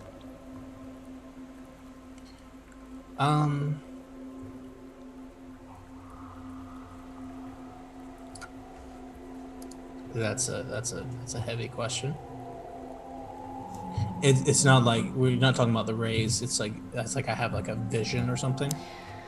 It's kind of like in Harry Potter, where Harry sees someone else inside the mirror. It's like a window into the Feywild through your memories. Okay, I'm tracking now. Yeah, if I know that that's gonna happen right now, I'm not prepared for that, like emotionally. So I won't pick it up with my hands. I'll use like the side of my cloak to pick one up and put it in my pocket. And there's others there too, right? No, there's just one. Just one. No. I just pick it up. And I will go ahead and reveal that to us here. Because it's not glowing. I know exactly what it is. And I know it shouldn't be glowing for anybody else, right? Yeah. Oh, you would think that only you can see that it's glowing. It would be fair to assume that I'm the only one that thinks it's anything more than just a rock or a shard of glass, right? Yes. Okay. Yeah, I just go over and pick it up and pocket it. Okay. Is it trapped? Hesperis, No- you oh, can no, see it's, the. Oh, it's not trapped. It's just a rock. I just think it's pretty. Is all. There's lots of pretty rocks down here. Hesperis gives you a weird look. I'm gonna start looking through the books. I return the weird look.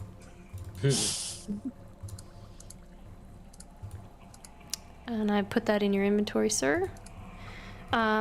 So, looking for books now. Give me an investigation check, please. Investigation, don't let me down. Ancient Furbolg smut. Line the walls. Oh, why? A nat one. Yes. We are a very romantic people. Can The I whole help? shelf falls on me. You may help him because I put a Can I lot help? of work into this. I would like to help. I will give advantage to Finn on this. Samson, I can't read. Come help. I know. It's a big library. It's a big library. Here, use the stairs. Like, I pull the thing over that allows you to get to the upper level of the shelves. Oh, thanks. I didn't even see Yeah. those. Oh no, it's like there's twice as many books now. So am I rolling again? Yes, with your advantage. I'm gonna cry if you roll another nat Please. one. I don't want to take any books away from you. Okay. I know. There's a I 1 rolled in one more, 400 right? chance it's another nat 1. Okay. Yay! This ladder really helps. Thanks, Samson. Finn's just at the bottom jumping up and down. He can't reach any of Can't the books. reach it. It's the magical ladder of literacy. Ladder of literacy. There you go. There are a great many tomes in here. It's like a private library of a wealthy lord. And it would take a long time to read all of them if you could. You notice a lot of books in here are damaged by the elements, disintegrated, rotted away, or written in that dialect only Prayaria knows. You obviously see the massive tome sitting on that pedestal.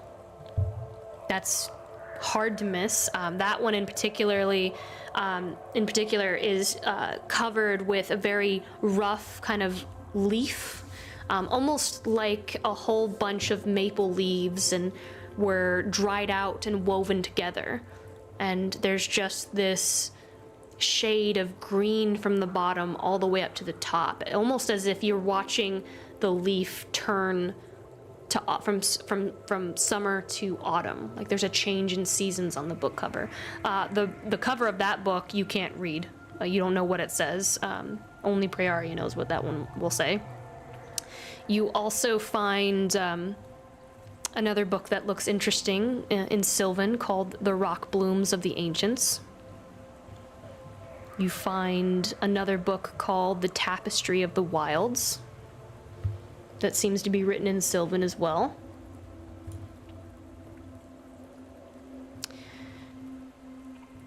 You find another book called The Living Gateway, also in Sylvan. And then the last book that you find is called, this one's a special one, The Atrocities of the Shade Witch. Sounds interesting. Is that in Sylvan as well? Yes, the only thing that's not in Sylvan is going to be that tome that's sitting on the pedestal. Kind of flipping through the pages, like, it's like old Sylvan. It's old Sylvan. It's kind of like when you go and you read the Canterbury Tales, you know, and it's got that old English. Yeah. Mm-hmm. I don't think I know You should. Maybe I do. I know Sylvan. Okay. As do I. These covers look pretty. No. Okay, I'll just say I do. Oh, I had Hesperis. Do we find out that Hesperis knows Sylvan right now? No. Here, Giving Samson. you a hard time. I'm gonna drop these. I can't carry all of them, so catch them as they drop. 1, 2, I do my best to catch them. 3, 4. Perfect. I'll climb back down the ladder. And we should get that magical one. I'm gonna turn into a horse and with packs on the side so we can carry all this stuff out of here. Okay. While they're gathering those books, and I'm going to put those unidentified books in your inventory, Finn, what is Prayaria and Luden doing? That's what I would Hello, Prayaria. Seems like you're the only one that came into the room that I was in. I hope they don't die in the other one. Do you know what this is? And he points to, you said it was terracotta? Mm-hmm. Do you know what this is? Don't touch it, please. Don't. Oh, Pantheon, please don't touch it. Fine. This is going to be so funny. Where is it again? It's like on a table next to the hearth fireplace. Do you know what this is? She's gonna approach it and just pointedly look at it. And he's gonna appreciate it. Are either of you proficient in history? I am not. No. Yeah, you guys have no clue what it is. The athletes are in this room. Yeah, clearly. Hey, my intelligence is pretty high. It's just Getting, I will say, getting closer to it, you do see more detail to it, so you can make assumptions, I guess. Approaching it, you see that this terracotta piece, it's roughly 2 feet wide and 3 feet long. It looks kind of like a tray with handles on it, on both sides, and can easily be picked up by the handles. The walls of the terracotta piece are roughly 6 inches tall, and there are small notches along the tops and the sides. One of the longer sides of this piece is kind of missing a wall, and it's just flat. Okay. Interesting. Well, I have no idea what Looks this is. nice.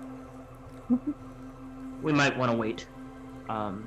Samson's being a dick about me walking away, so... Hey, but I'm with you, right? I have probably maybe a minute left on the spell if you want to go try and that last little bit of room. Wait, is the villa entrance under the water? Is that the one that's under the water?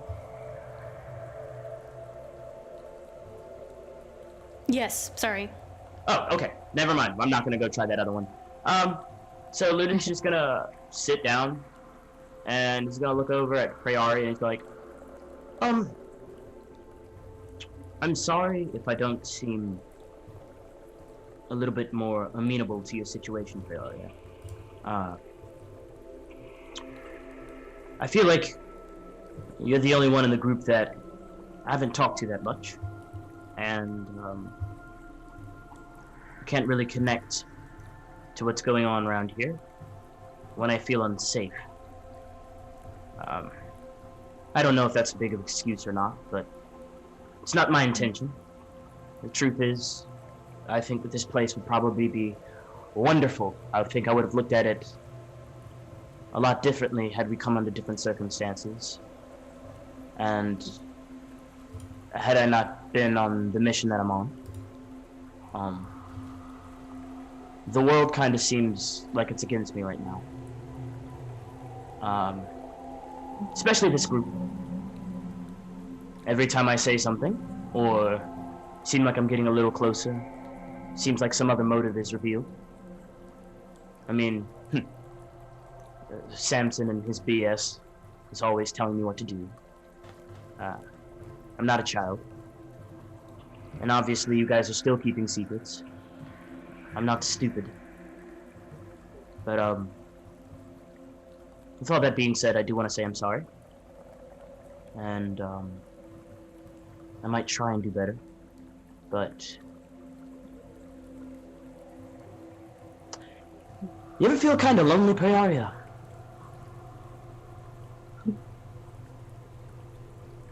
Prayaria is still very intently looking at the terracotta piece, but she is going to smile a little. Hi.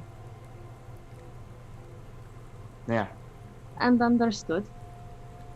You are in crumbling city underground, almost killed.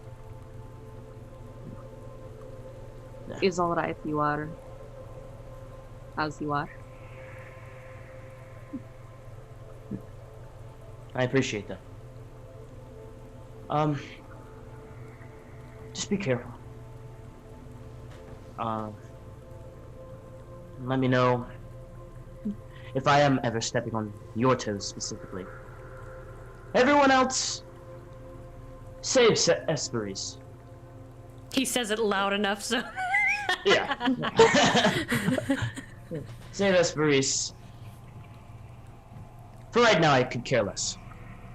So, as you were, and he'll just go stand by the door, and actually he'll sit down by the door, and he'll look off into space and wait on the rest of the group to come in. Okay, she's gonna call to him after a little bit. Luden. Wasn't there another magic item in the... Because I know he looked at the shard, but there was a... Tome. Yeah. The tome is magical. Did we check We're gonna. that out? She Finn's grabbed it, gonna nothing talk it in happened. a hot second, Nothing yeah. happened. Did we open it up? It was in Sylvan, right? No, the big tome is in Prairia's language. Prayaria's Prairia's language. okay. So, you grabbed it, Hesperis? No, I thought that Finn had it. Oh, I'm well, I was not climbing touching down any the of ladder. this. I can Yeah, I grab thought it. she Yeah, would too. I'll reach over and grab it. You grab it. This is really pretty. Look at this. It's huge. This is really pretty. It's all right. Well, I guess let's see where the others are then. Did Finn or Samson mention that all of the like that most of the books were in Sylvan on the shelf? I can. No? I mean, Okay. they're in Sylvan, so if you want to take a look at them, but they're in My bag? Did I put them in my bag? No, I think Samson. they're currently on the horse. Oh, that's right. They're on Samson. The Samson horse. So, I think this language. I don't know. I can't read it. Can you read it, Urimir? In the tome. No, it's. I have no idea what it says. It looks like the language that was on the wall, right? Like on the trees and things. Prayaria can probably decipher it for us. Yeah. Let's go take it to her. I'm going to hang back a second and have a private moment with the horse. I'm going to just gently, have a difficult time with Samson's animal transformation, so I'm going to touch his snout like you would with a horse. I don't know exactly how to put this, and I don't in any way want to imply something. I'm certain you have the best of intentions. Perhaps it is dangerous in some way, I understand, but I do think you should show that object to Prayaria. It's obviously important, and she deserves to see it. Thank you. Scratch you behind the ear. And then... Alright, come on. Follow. Everyone moves into the kitchen. I think, did Prayaria, were you still saying something to Luden before we came in? Yes, were you? I'm sorry. She's just gonna say after a while, for what it's worth, truth comes to light in time. And I did not think I would, but I do like you. Thanks. It doesn't really change. I think this is like the first time anybody's like really seen Luden. He usually has like that hard exterior, and at this point it really looks like he's kind of given up. Much like Urimir looks like all the time. Sad face. Yes, there you go. Sad face. Yeah, so at this point he's just sitting down by the door, not really saying anything. Okay. I'd like to swing open the door, and no, I'm just kidding. Just kidding. This is like a Moroccan villa. There aren't any doors. They're just archways. The There's a archway. bead curtain.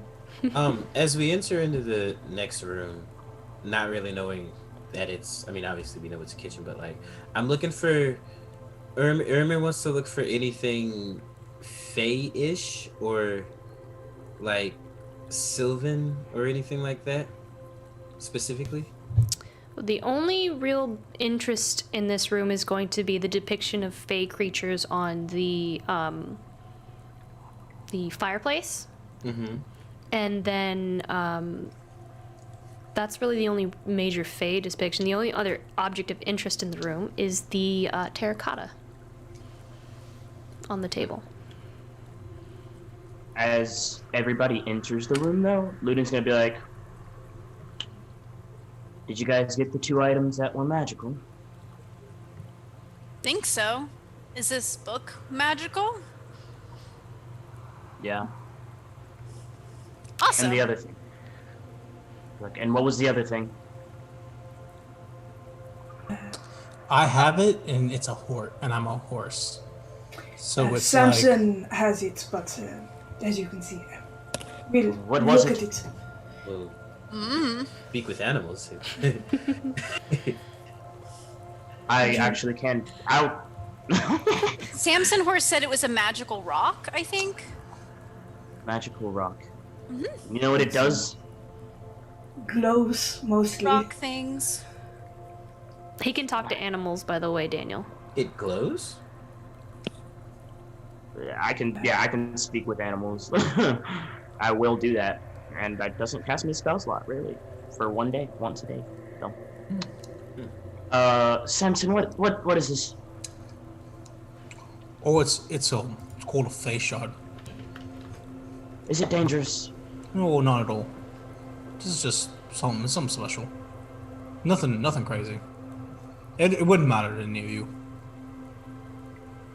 All it does is it allows you to relive memories, but only if you've been to the Feywild.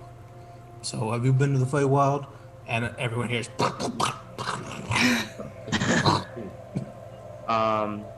Luda's gonna be like, no. As long as it's not dangerous. It's like a VHS tape, but for Archfey. Oh, yeah, my parents had a lot of those. All right, that's cool. What did he say? And then afterwards, like, a Fey shard or something. It says it's not dangerous. I would much rather we look at it after we left. The last little thing is that up there, and Prayaria hasn't touched it because I asked her not to. Just kind of wiggle her fingers in the air. After all of those little things that, I assumed happened in the other room. I don't know if you guys are too excited to touch something again that might be magical and might hurt you again. What kind Well, of I don't know. Did not what die. kind of magic is it? Is it evocation, explosion style, or is it something more minor? What was it? I believe I said it was abjuration. Abjuration. It might be alright. That is what, shielding, protection. As long as it's not upset with us, it should be alright. May I? I'm not going to touch it. Can I look at it? I'm so excited about this. I'm gonna fight the urge to poop near Luden. and then Everybody gets an episode where they're mad at Luden. Yeah. Aww.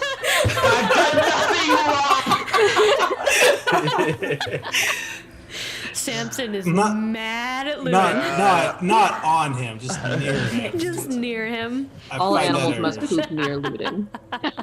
It's a rule. Can I do a history check on this terracotta piece? Yes. Those with proficiency in history may do so. I am. As a horse. You're a horse. I mean, you can do it, but we wouldn't know what you learned. You guys won't know. No, if he says something, it lasts for 10 minutes, so. Oh my gosh. I rolled a 15. I rolled a 23. Looking at this terracotta piece, Me and the horse, and we're just looking at it. First there's the Hesperis' face, and then the horse just goes. Samson, you're not sure. Samson, you're not sure what it is. The DC was 15. You see, I rolled a 15. It's. Oh, you did? I thought you rolled a 14. Oh, okay. I rolled a 15. This is hilarious. Looking at this terracotta piece, you realize it's essentially an ancient grill. Ooh, so deadly.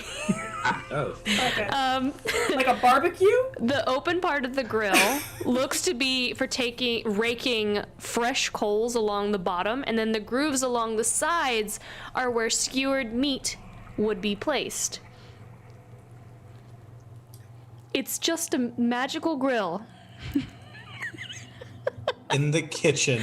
In the kitchen! Do we have any idea what abjuration would be doing for this grill? So, Probably keeping the terracotta from breaking from the heat. that's part of it, but it also does give you bonuses if you use it. What is it? It's for cooking. It's like in Elvish we call it barbecue. I don't know in common what it is. I know what that is. Oh! It's for cooking meat over high heat. Smoke. Or asparagus. This is Okay. I take. It takes it. We have a grill now. I'm gonna go ahead and put it in your inventory. Prayaria. It is the ancient grill. Master Chef. So what this will do, if you are proficient with George cooking Feynman. utensils, you and up to None of 5 us. creatures of your choice will regain 1 extra hit point per die spent during a short rest. Oh, dope. The grill is somebody- fragile and may only be used once per day. If used twice in one day, the grill breaks and is no longer usable. One of us needs to train to become proficient in cooking utensils, because I believe we have 2 magical cooking utensils now. Is that right? We've Yep. got the Well, we're heading to a city. I still think we should all train so that we can all take a day. I want to do that. We should just hire a chef. Like, we should just hire a guy. Your money, Samson? Oh wait, they can't understand you. Here, Prayaria, here's the book. It looks like it's in that language that you might understand from before in the other rooms. Oh. Maybe it goes with the grill. It's a cookbook. Can we read it outside of the... Do you think that's the tome that Briel wants? She reads the cover. What does it say? The cover says, Vines of Rithanawe.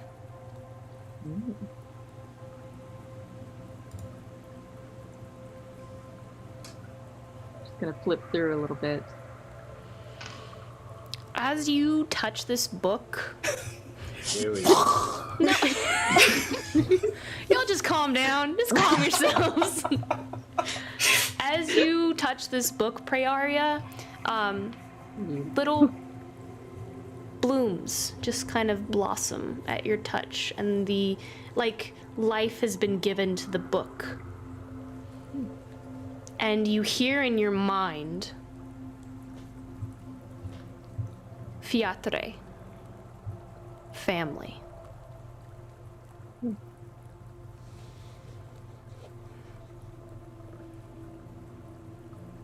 She's at a loss for words as she takes in this book. I will go ahead and tell you. This book is it's a bad boy, and it is a magical book. Not like a bad boy, like calm down. You see? No. I mean, when I say bad boy, I mean it's a big boy. Luden, get back here. It will take 48 hours to read it. Ooh. Once you finish reading it, if you weren't proficient in nature, you will be, and you're gonna gain a +2 to nature in addition, permanently. Jeez. Doing that. But it will take 48 hours. You can either binge it, which would put you in an exhaustive state, or you can do it over a period of 6 days. Prayaria, we can have a book club, okay? I will do this with you. We can stay up. Wait, was this the book that Briel was? Yes, Okay. and I put that in your inventory as well. Okay, cool. Yes, to the book club. Go ahead. No, you can go ahead. Before I forget, for you, Finn, the books that you found, just kind of looking at it, the Brock Blooms of the Ancient looks to be about jewel crafting.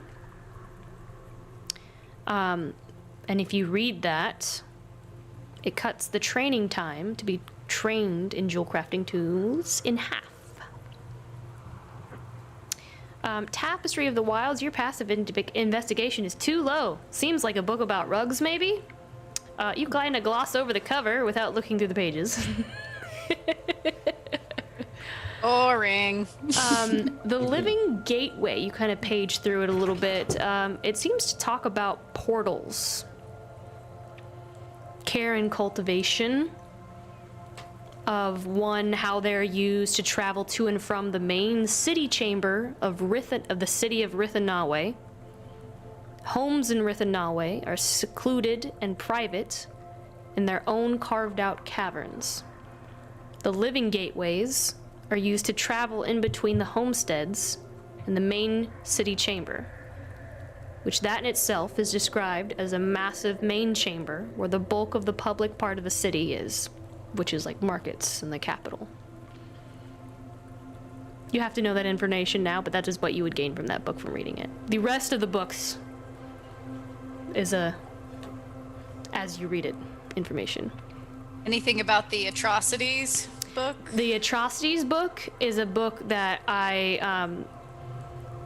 there's so much information that comes from it that will be what I will reveal as we are traveling from Briel's back to Digbrand. Like, that'll be like, hey, this is what you learned while reading the book on the traveling tour. And then you can share that. That's not like you have to know right now. Okay. But you have to know about the Living Gateway right now. Okay. I will read that one while we're walking then, occasionally bumping into the back of Luden. Well, yeah, we'll say that you start reading the Living Gateway, and that's how you know all that as you're kind of walking through. At what point is this bullying? That's all I gotta ask. Do we want to... There is the one last gate, right, under the water? Or are we... Is it too concerning? Might as well. We should definitely check out everything. Yeah. Let's go. Kinda had enough of the water for one day. I was thinking perhaps it seems that our dear Prayaria and Lyre are reading, and that is difficult to do underwater. Do we want just a few of us to go down, or do we want to stay? Oh, that's true. I think that's a good idea. I'll stay here. I have one more detect magic. I can do it one more time, and whoever wants to come down can come with. Obviously, I'm not going to touch much of anything, but I can let us know if there's anything of interest in that sense down there. Okay. I can see pretty well. I mean, I could stay behind and watch all the stuff that gets left behind if you want. Be very kind. I'll go with Luden. Okay. Come on, Hesperis. You and Hesperis head over into the village. I cannot see into the dark. Well, you have tea. That's true. So Hesperis and Luden, you all begin trudging through the water. You begin swimming through the cold water to the other side and pull yourselves up and out of the water. This is a small chamber.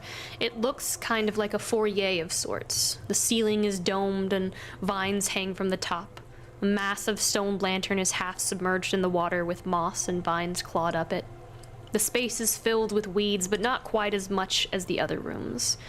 The plants here are thin and reedy, like swamp plants. You both guess, kind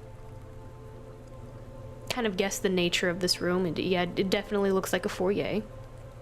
Although you're all able to stand here, the room is somewhat flooded. Water up to just under your ankles, like a large rain puddle. There are large carved stone blocks that line the walls of this place. The most curious aspect is the lack of a door. There doesn't seem to be one anywhere, almost as if this is a dead end. With your detect magic, you sense a very, very, very, very, very faint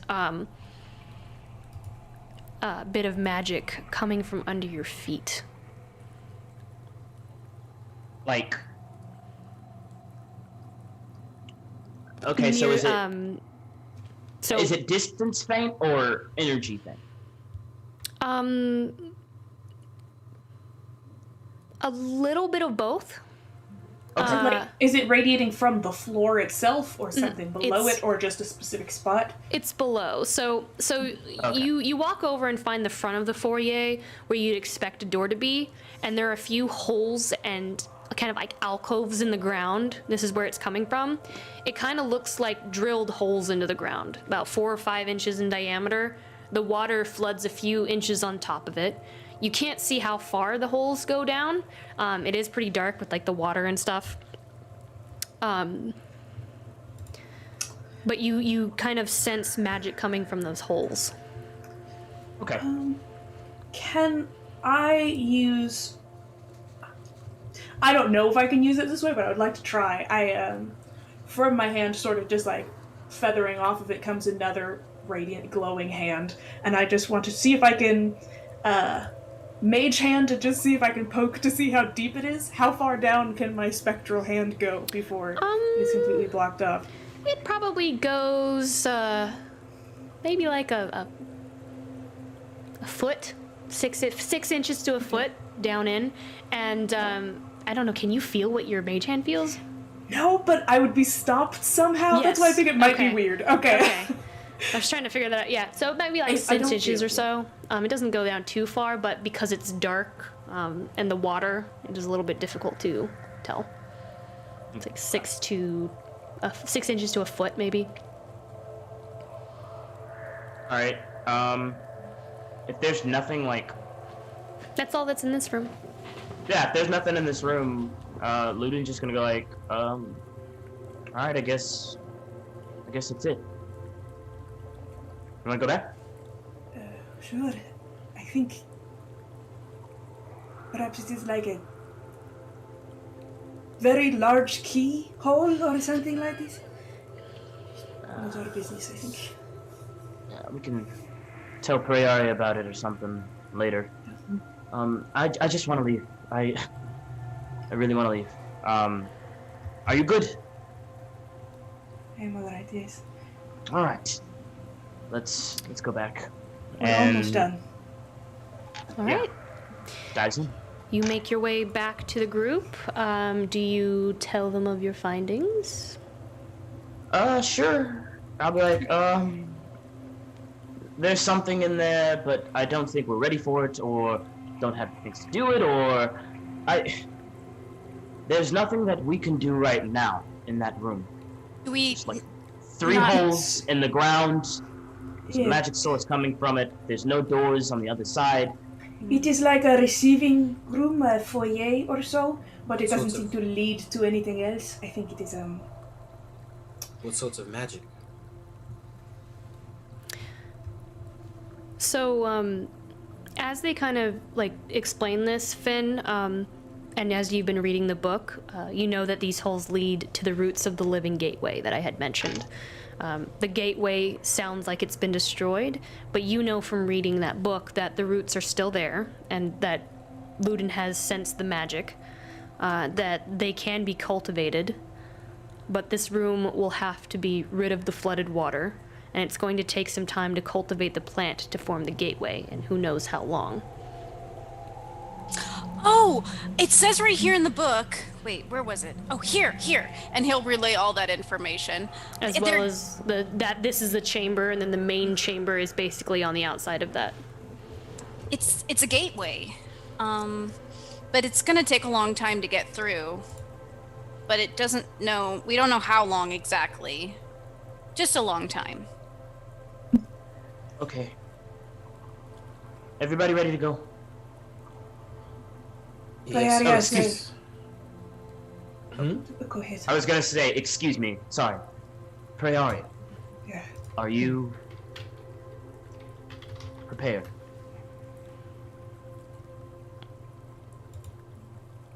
She takes one last, lingering look around. And then she checks on the plants in her pockets and all the things to make sure that they're good.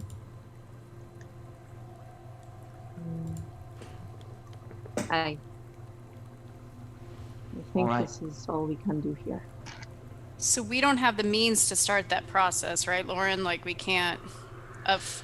You said flooding the water, or Yeah, it's a You'd have couple to- things. Yeah. You'd have to either create or destroy water would be a spell to be used for that.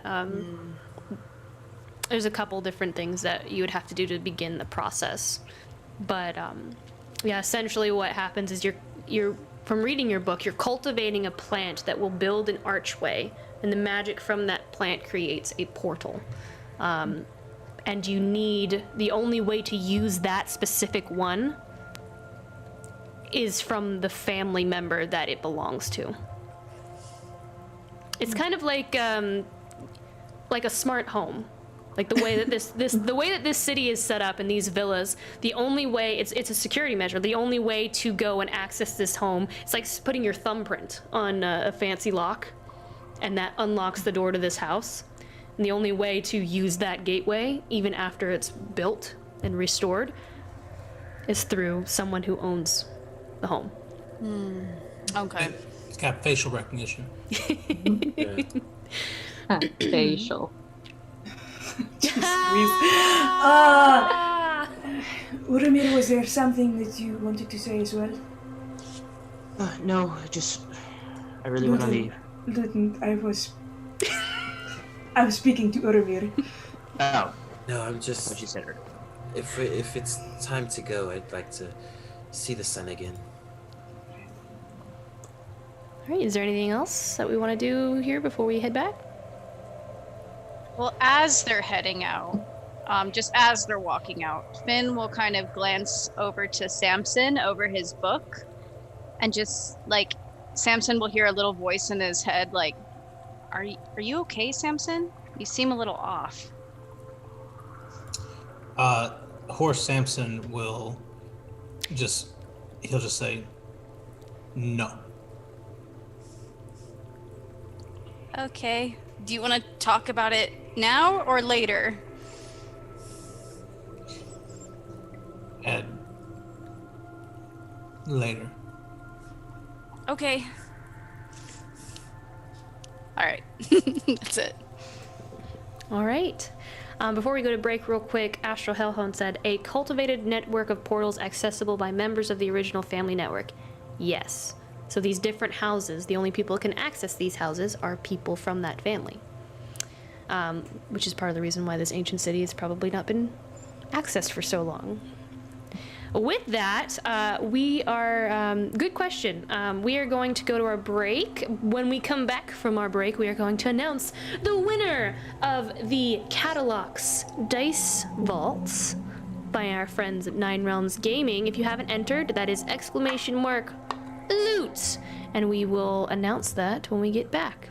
So we will see you guys in just un momento.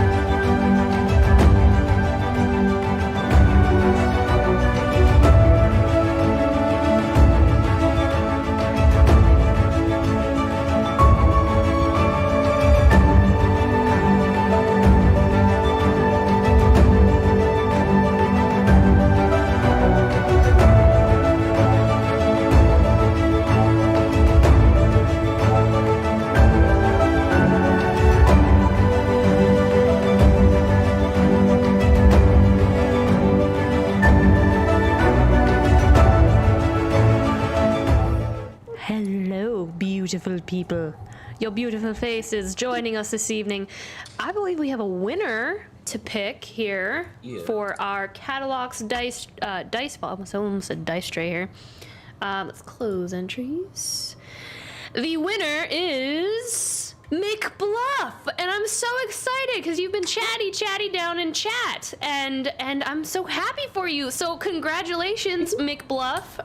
You are the winner of our Catalog's Dice Vault by 9 Realms Gaming. At the end of the stream, we will get your send you a message and get your contact information. But congrats, everybody! Throw McBluff some huzzah mugs and you can profess your love to that special someone with the dice vault. Yes, you can profess your love to that special someone with the dice vault. Just It's a like happy day of their lives. McBluff's special someone is a dead member of Prayaria's family. They have a plan in the chat. They did recommend May I that in suggest chat. Uncle Orra? He is wonderful. He is single. Yes, so we will send that to you, my friend. We will get your contact information at the end of the stream.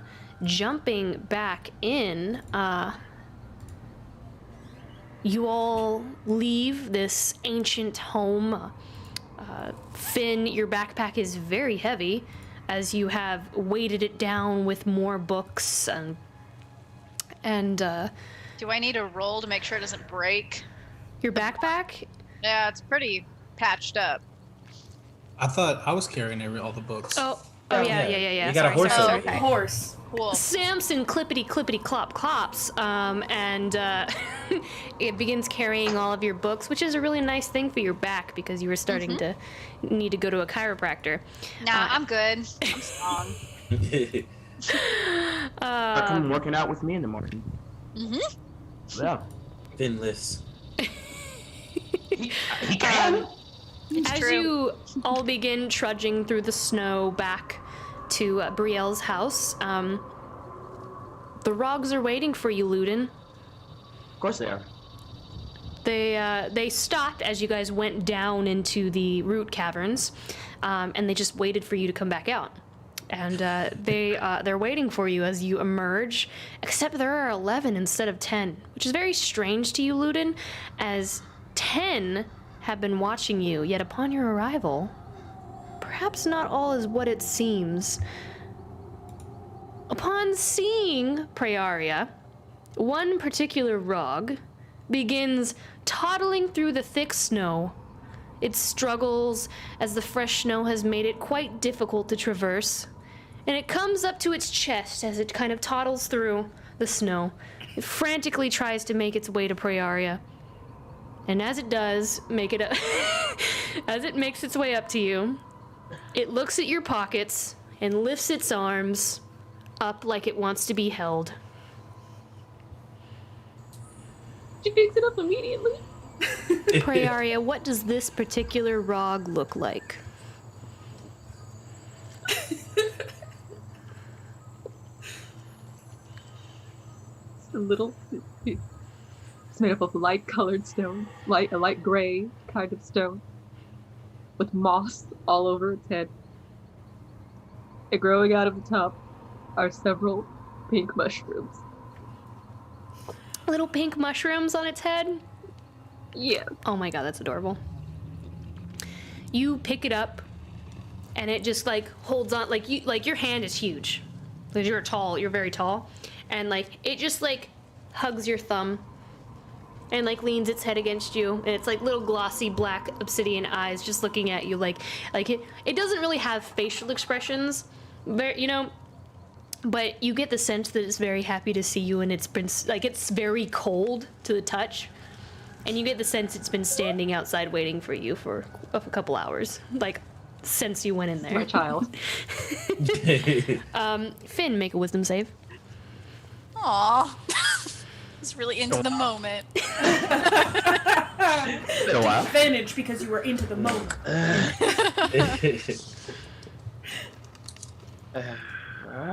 Yeah. 18. All right. All right. One day. See? It'll catch up with me eventually. And you It's gonna all... hit us one day. It's just gonna, out of the blue, just start attacking. No, never. What? And you all continue your way to Briel's house, and you do arrive. You walk through the doorway once more, and Briel is thrilled. Muddy's sitting on the couch.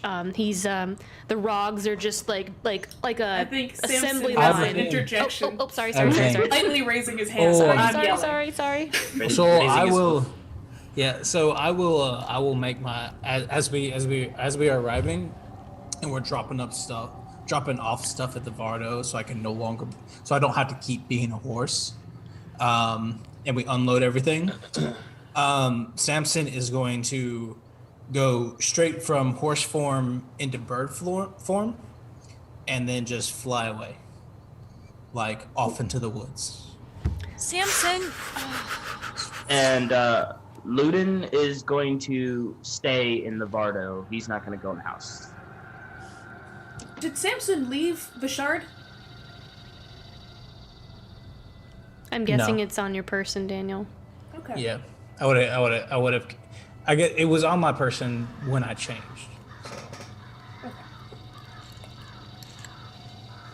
What happened?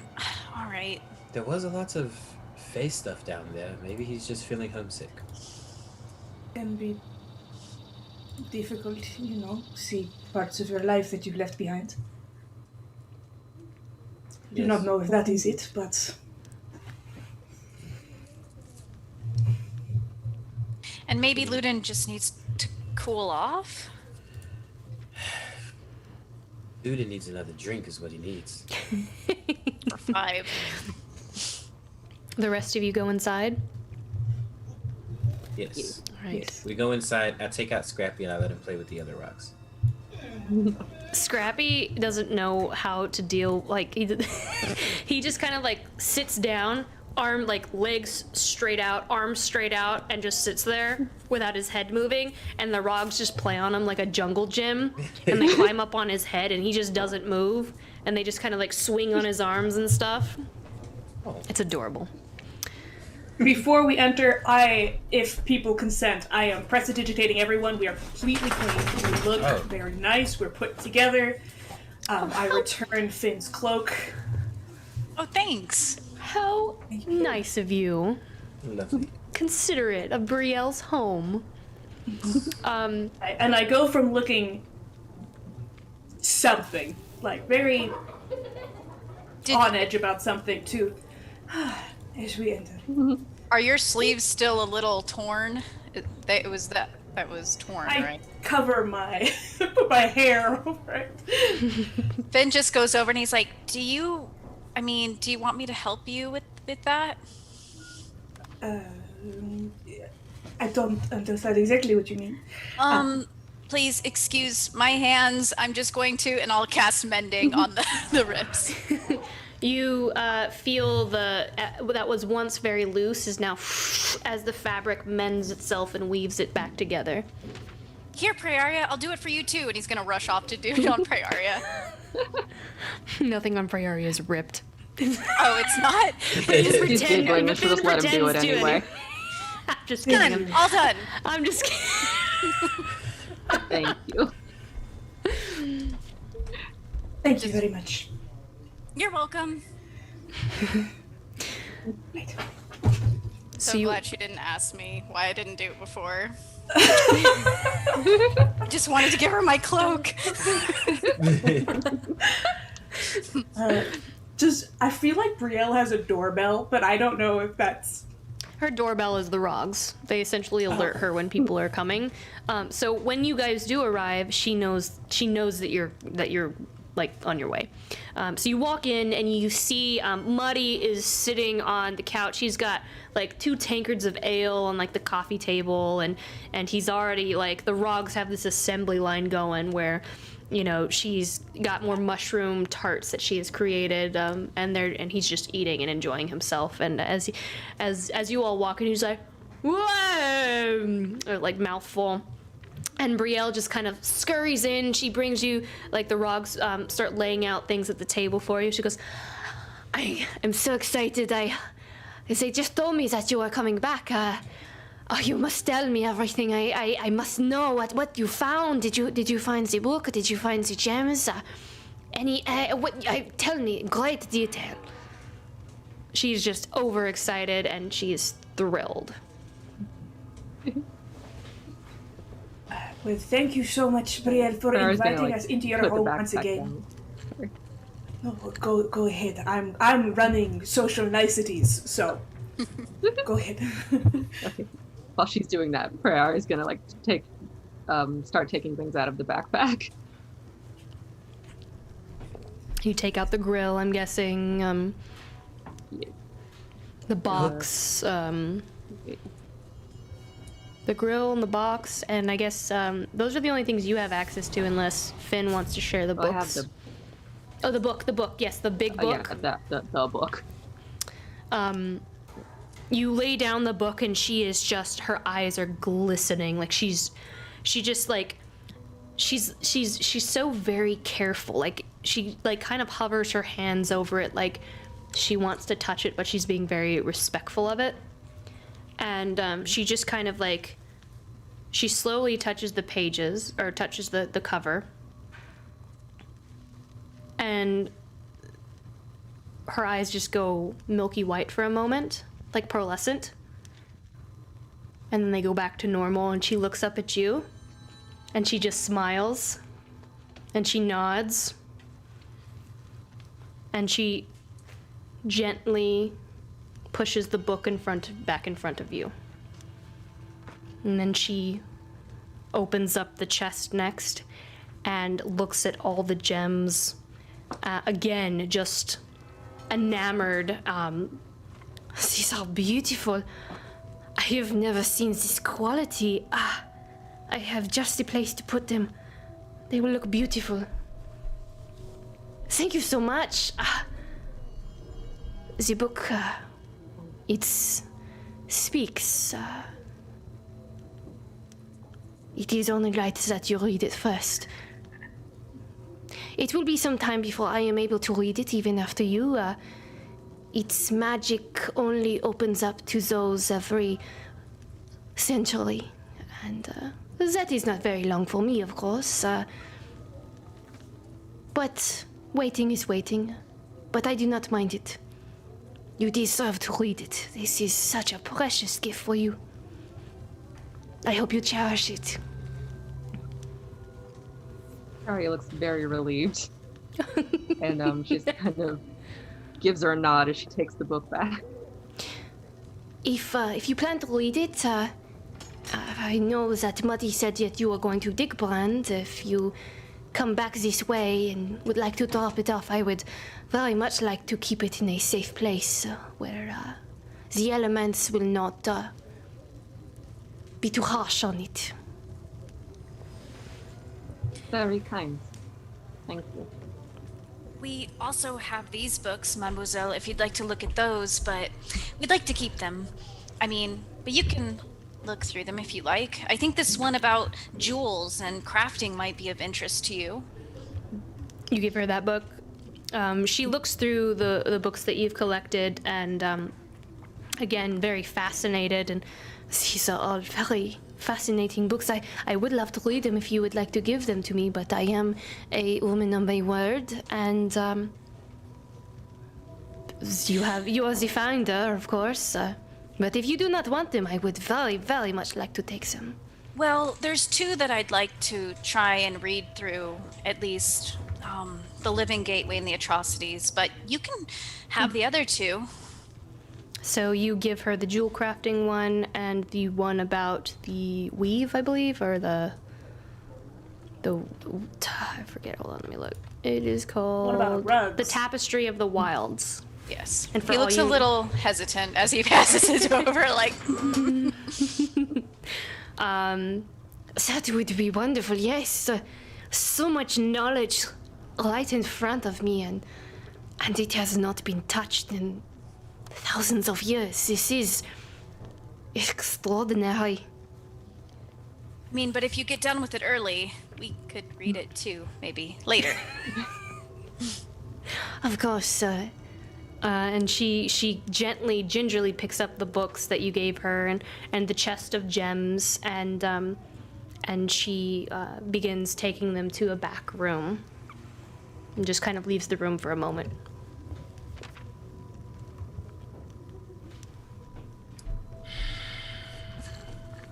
Very open with sharing these things. That is good.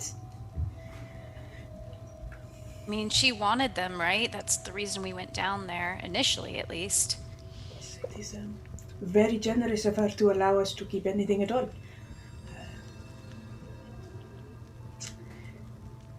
I don't know, I'd say we end it. But that's just me. Prayaria is just gonna kind of sit and start reading the book again. Okay. You continue to read through it. Is there anything the group would like to do before you guys take your long rest and you guys begin making your way out in the morning? Just reunite with Snonk. Snonk? You know what? You know what? As you guys are here, and Snonk recognizes footsteps in the hallway of people being here, Snonk actually goes up to Luden first, sits in front of him, and looks at him expectantly. Oh my God. I'm in the Vardo. Oh, you're in the Bardo! Dang I'm in the it! Vardo. You were about to make an enemy this day. Luden's in the Don't worry, Vardo. Don't We're worry, so that close. moment is coming. Luden's in the Vardo. Okay, well, You Snonk can't comes run from out. Snonk. Snonk is looking for something. It looks like Snonk is looking for something as he just kind of looks around. Snonk, come over here. It takes him a few minutes, and then he just kind of like, "Wah," and then he just trots over to you, and he comes and he sits in your lap. Hey, Snonk. Aw, did you miss me? Wah, wah. He just kind of like he begins nuzzling at your hands. Aw, scratch, scratch, scratch. I don't have any food right now. That's later. That's dinner time. She has no idea. He is. I'm going to interrupt Prayaria just momentarily while she's reading. I'm sorry, Prayaria, if I have a very small question and then I will leave you be. Are your family religious in any way? Not so much specifically of spirituality, but do you ascribe yourself to any certain god? We believe in the earth, and we are very close to it. That is very lovely. It was a curiosity I had. Thank you very much. Go back to your book. Okay. She's a little confused, but she's just gonna What did you ask us, Bruce? keep at it. Asked if her family was religious or ascribed to a certain She asked, god. "Where is your god now?" No. It's your god now. Briel will come back when I have one more thing for Briel, and Briel will see the rog in your pocket, and it will just kind of like poke its head up, half of its eyes looking out at Briel in the pocket, and Briel will just kind of smile. Seems very attached to you. And she just kind of looks at the rog, and her eyes go milky for a second. Like pearls. Then she looks back at you. It seems it wishes to stay with you. Would you like to take? Prayaria is overjoyed. Yes. I do suggest that you give it a name if it becomes so personable with you.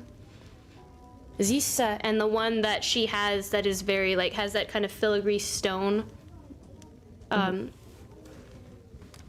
This is very special to me. Giselle. I just made that up off the spot. It's horrible. I hate it so much. I love it. Giselle. Aw. Giselle's a fancy lady. I wanted it to be Genevieve, but it's too canon now. It's canon now. I knew it was a G. Giselle. Cute. Giselle just kind of like pokes its head out and just kind of like its little rock nub hand just kind of like waves. And the Rog is now yours. Yeah. Another pet for this group. Its name is Mountain. Mountain? Yes.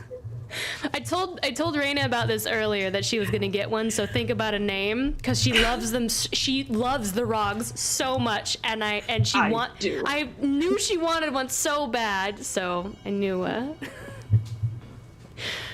Everyone's gonna have a pet before this is over. Everyone's gonna have a pet. Everyone's gonna Then have we're gonna have our Absolutely not. Pokemon one-shot vacation. Pets are Luden, dirty. you're shaking your head, but you already have a pet. You just don't know it yet. Neither We does will Finn. Yeah. It'll be my episode of Angry at Luden. So, with that, do you take your long rest then? Yes. All right, you all I'm made going to- If there's a window in our room, I think I'm rooming with Prayaria and Finn again. I'm gonna, if I can see the Vardo out from the window, I'm gonna watch and wait to see if Samson comes back. But I'm gonna go to bed at a regular time. I'm gonna stay up a little bit later for Samson if he comes back. If not, then let's go sleep. But I'll wait up for him too. Samson? Samson flies off for a little while and cries a lot, but he does come back. Oh my god. Probably like, I don't know, he probably comes back after midnight to makes his way to the normal room. But it's late, like at least after midnight before he gets back. Okay.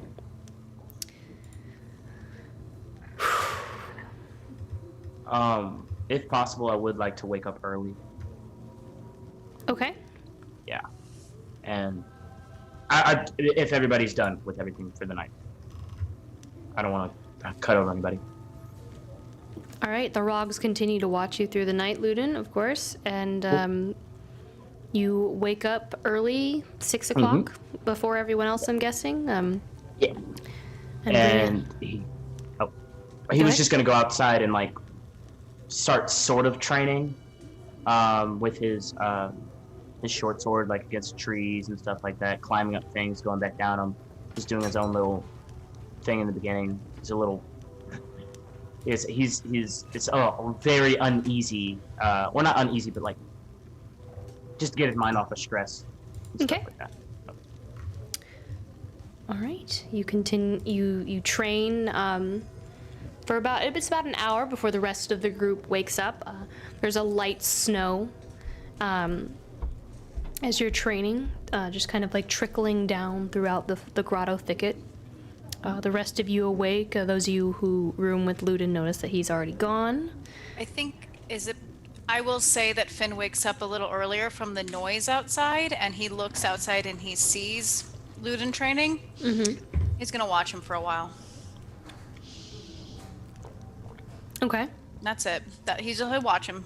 That's till the others wake up. Okay. Oh, I sleep in. I have to wake up pretty early to do my skincare routine and put on my full face of makeup, but I'm not part of the full living until everyone else is up. Yeah, Prayaria read until she fell asleep, so she's crashed pretty hard. Might have to wake her up. When people are gathering to go down to breakfast or meet or whatever the plan is, then I'll wake Prayaria up. Done. Okay. You all get up. Is there anything you want to do, or do you guys want to go ahead and pack up and head out on the road? I'd like to talk to Muddy again before we leave. Okay, so as you guys are, I'm guessing Samson comes back at some point. During this moment, you guys are packing up the cart, getting ready to leave. Briel has like this kind of assembly line of rogs putting, delicious pie, little like tartlet pies, mushroom pies, and fay fern salad in your cart for you guys to take with you. Couple comments about like, no, you will not eat those disgusting ration. You will eat delicious food with good taste. You will save the ration for another day, but for now you will.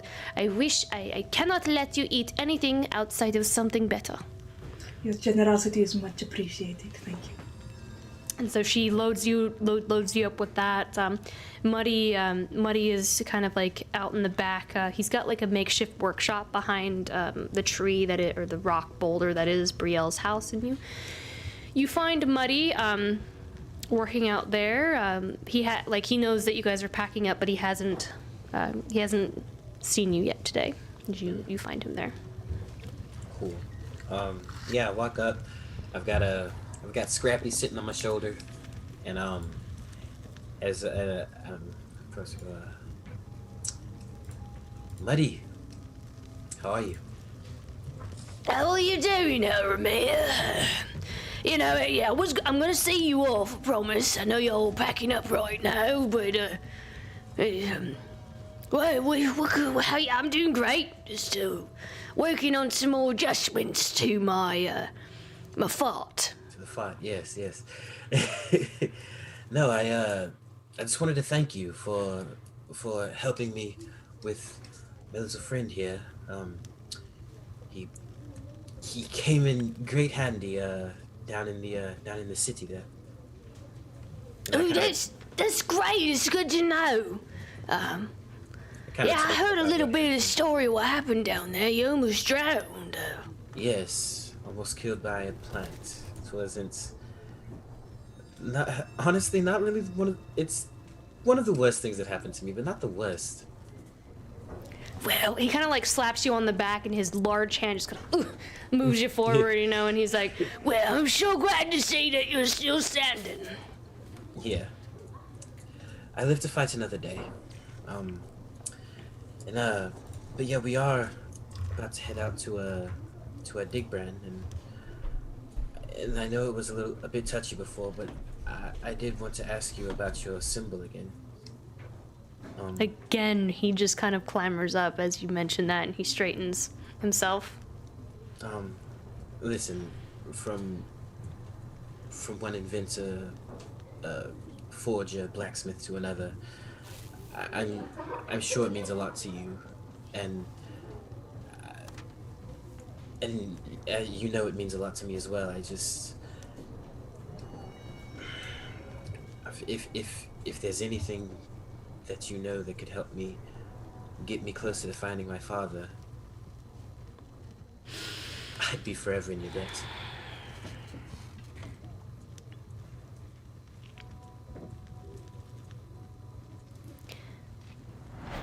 He looks at you.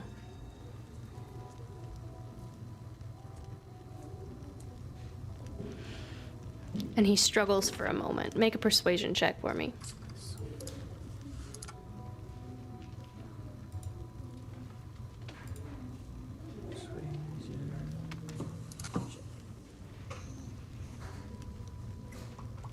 14.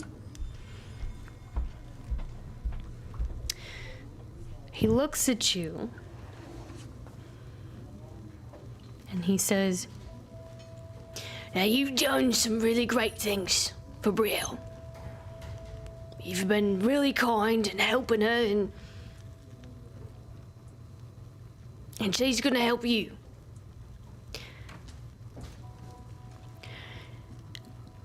I need absolute surety that you will not tell anyone what I am going to tell you.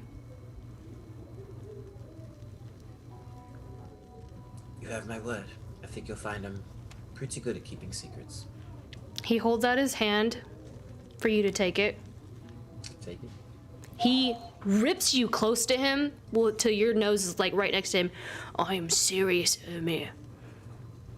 This is not something to fuck around with. I understand completely. Are you being honest? Yes. He lets you go. I don't know your father's name. And I don't need to know it, and I don't want to know it. That is our way. He looks, Do you have anything else of your father's? The symbol that you drew is... It's not easy to identify. Sorry.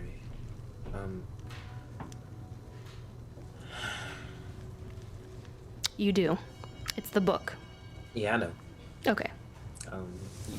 He hesitates because this is one of the last things that he has and only things that he has from his father's.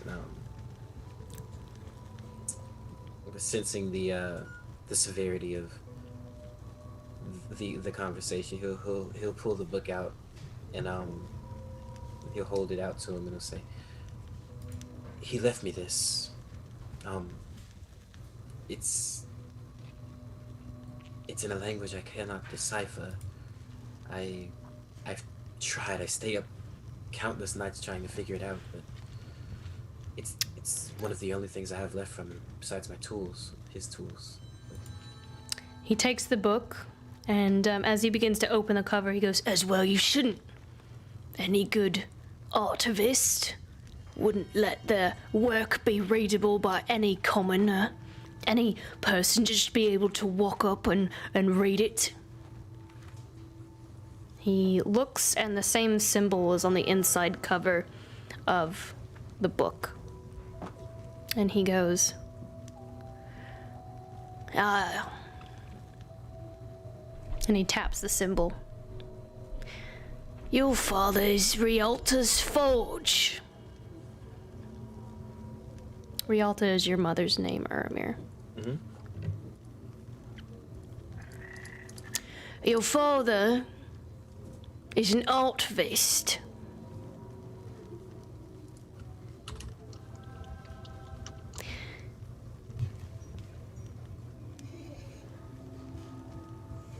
I guess that you not know what an artivist is. Again, as well you should not. Just know we build things. Your father's name is Rialta's Forge. It is how we know your father within the Artivist organization. It is a secret organization of elite eventers. You know, artificing isn't necessarily a fully accepted profession.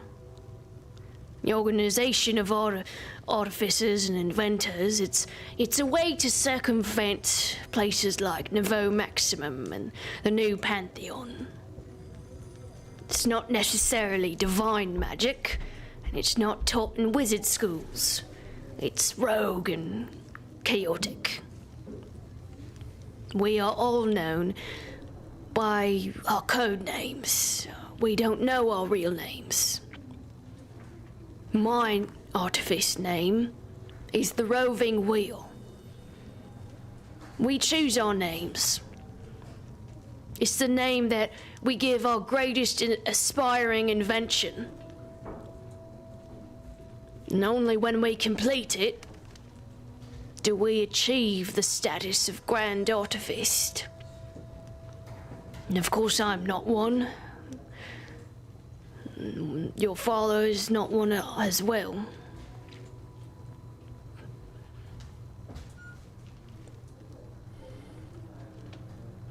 Unfortunately, that is all that I can tell you, Urimir. So do you know what's in the book, what it says? I do not know what's in the book. Like I said, what we work on are great inventions The one that helps us achieve the status of Grand Artifice. That is our masterwork. So That is not something that can be read by anyone. So it's something only my father knows. Perhaps. Perhaps he's left you more than you realize. But if he left this to you, perhaps he wants you to make whatever it is. Whatever his masterwork is. I don't know what Rialta's Forge is. But maybe there's something that you haven't yet focused on.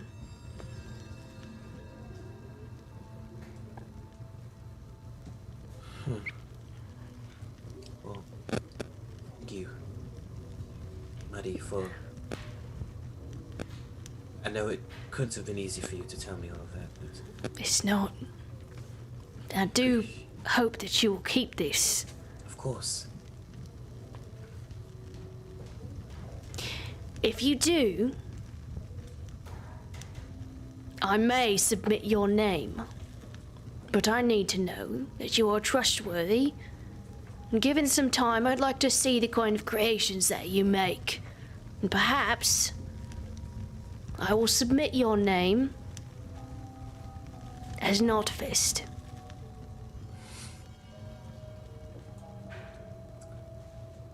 I hope I'm worthy of the title one day. You've got a lot of talent, Urimir. You get inside your head a little bit too much, and you judge your decisions too harshly when you really just need the confidence. It's almost as if you need some kind of approval before you take that step forward. But if you just listen to your instincts, you'll create something great. This right here, and he like kind of points over at Scrappy, this wasn't me. This was all your ideas. All I did was organize them so that you could see the whole picture.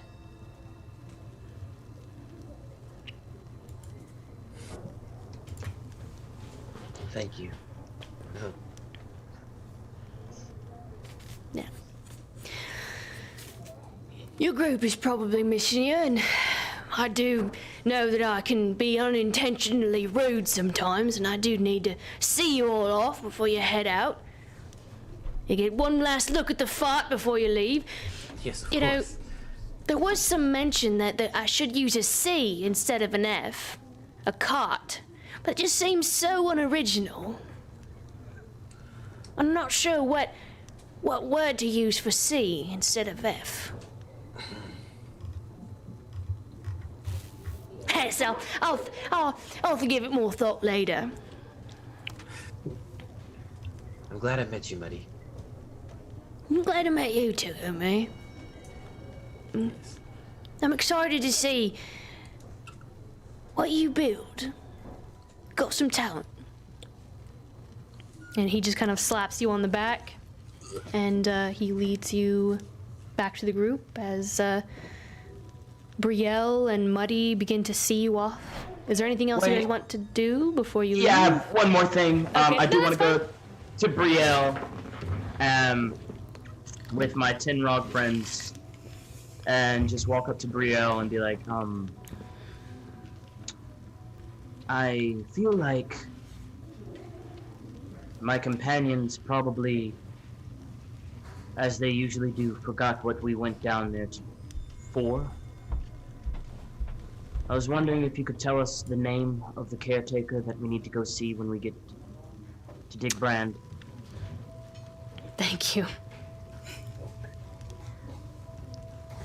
She wraps up a scroll of paper and she pours wax with ribbon around it.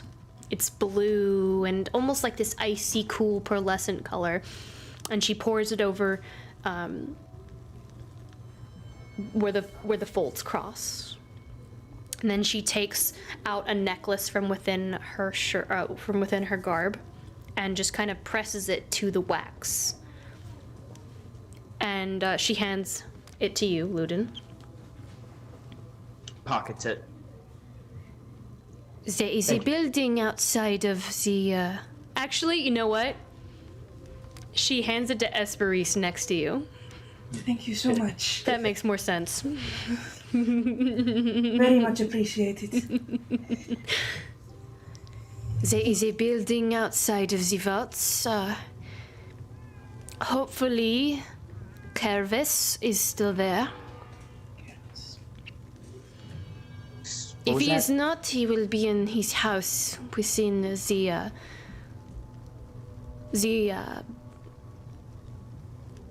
housing district. I don't have a word for it right now. We're gonna call it the housing district. How do you spell that in an American accent? Kervis? Kervis. It's like Kervis. Corvus, but with an A. Gotcha. Kervis. Thank you. He is the overseer for the vaults. I have given you my highest recommendation for assessing and taking care of whatever is down in the vaults. Again, there is a building outside. He usually works there, but since the vaults are not functioning according to their typical workload, he may be found in his home, and you will find it marking the map. I haven't given a name to that district yet. I'm sorry.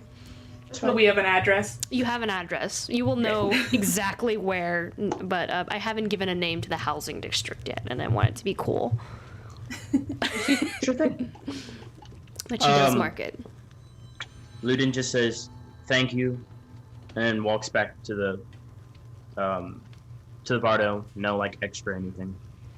She says thank you, but she says thank you as well, but she looks at Hesperis. Briel, I just wanted to thank you again for all of your hospitality and how very helpful you've been to us in this endeavor. And again, such a pleasure to enjoy your meals and now to get to take them with us. This goes on for a while. Yes. But when I return to the Vardo, I take out the envelope and I give it to Luden to hold on to. Yes, she does the whole like kiss thing and like Absolutely we do. Finn gets jealous. And you guys make your way back to the Vardo. I just want to note that Prayaria has been saying goodbye to each individual Rob. Of course she has. Of course she has. There's like a little line. Pick him up. Goodbye. Yeah. Next one comes up. Goodbye. This takes some time.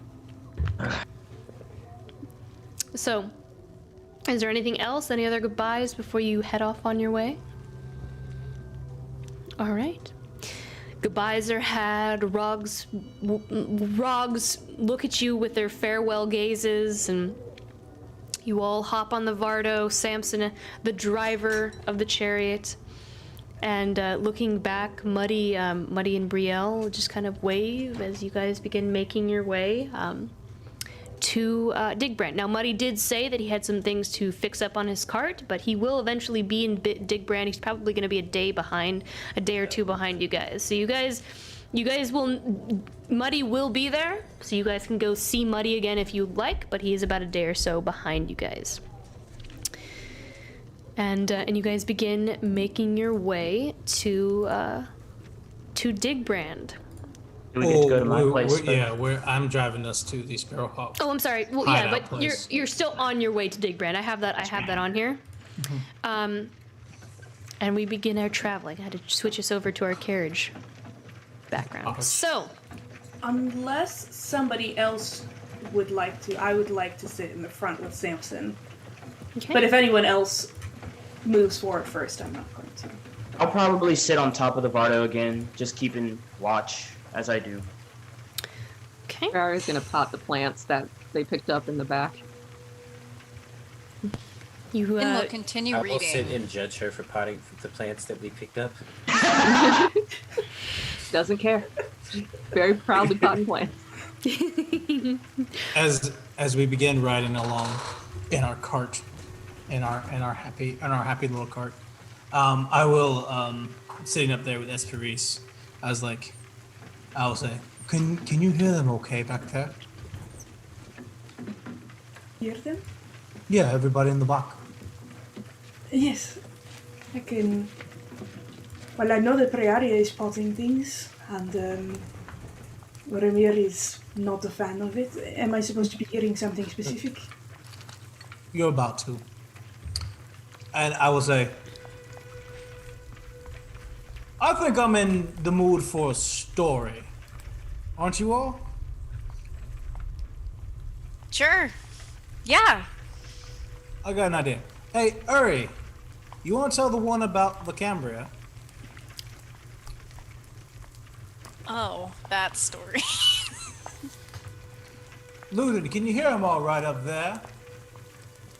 Oh, I can hear everything. You might want to come down. You'll probably have questions. Should I go to the back? It gets in the back or goes to the portal hole.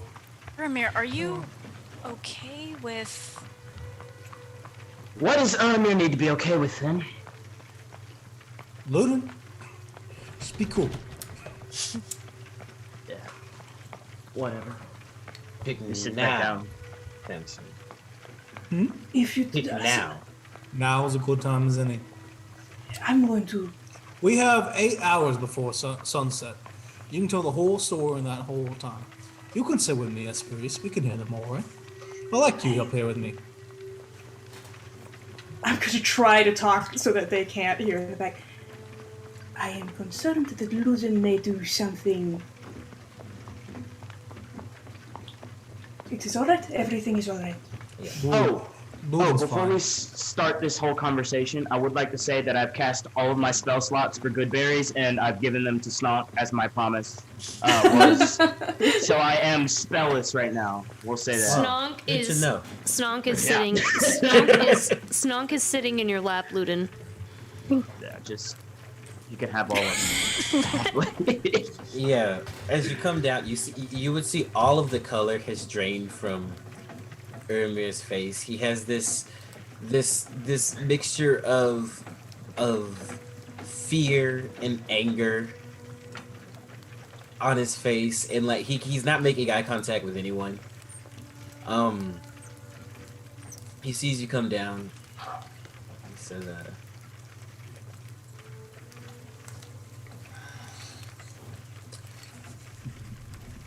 "Are you sure you want to know the truth, Luden? Because once you know,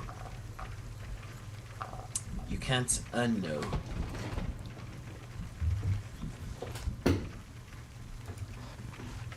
Yes.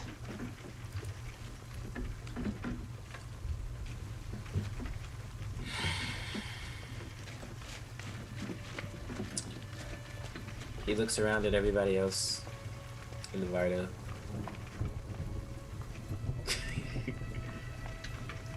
Mostly Finn, Prayaria, and Samson, because I know Hesperis has no clue either, but... Hesperis is just looking at the ground. Yeah. Finn will go over and sit next to Urimir and kind of touch shoulders with him. Aria's gonna move her cloak back so you can see the daggers at her waist. Oh, the love languages we're What do you seeing. mean? Look, that was perfect. I was about to go on. That was perfect. I'm going to offer Hesperis a good berry. Literally both emotions, like... Much. 8-1-2. So the Cambria.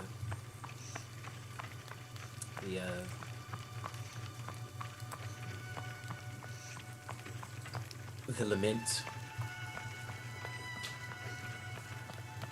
It's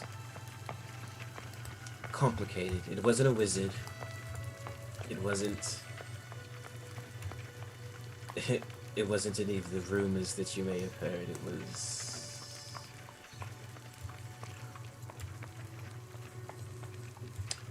was me. Uri, I feel like you're skipping over some of the very major parts. I'm getting Like, to it. do you remember where we found, like, start where we found Snonk? Do you remember that, or were you unconscious? I might have been unconscious for that part. Tell the whole story. So I tell him everything. I tell him about the plague in the Undercity and how everyone was sick, and I tell him about the not leeches, the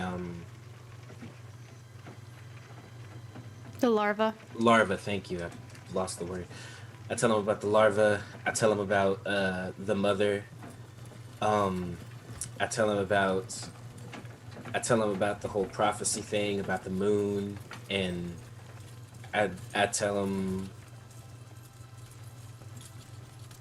everything. I don't tell him about the ultimatum though. Like, well, I don't tell him what would have happened if I had kept her alive. But I tell him everything else. I tell him about how we went down there and how we confronted her and we had to get through that big door, the phase of the moon on it, and how we fought her, how we almost died, and how Samson risked his life to protect everyone, and how, you know, I gave her the killing blow and we came out victorious. And I tell him about how we came out from the mother's lair, and tell him about how quiet everything was. I tell him about all the bodies in the streets and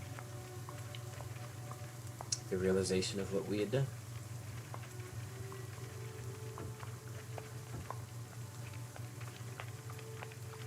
And for the first time in all of this, he looks up at you, Luden, waiting for your response.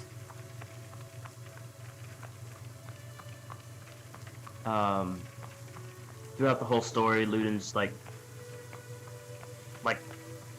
wave after wave of just whoa. Squeezing his hands, looking all around, but he's listening really intensely. About midway through the story, he just puts Snomp down. Sits back down, like after pacing for a second, and goes, So, did you know?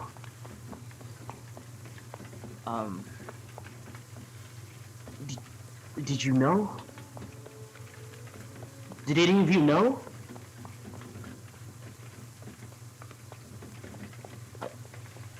Why didn't you tell anyone? And he's just like shaking. He's looking at everybody. Like We were... there were 7 of you, 6 of you. What? There was a whole organization of people upstairs. I mean, there was... We were chosen by... By who? By Kaya. By Kaya and Revenue. And? So you were chosen by 2 people to save the city. Well, Revenue's dead. Kaya sent 1 person to join this group of... He's just shaking, and... But, what? Why didn't you tell me? Tell them what? Anything. Urimir, anything.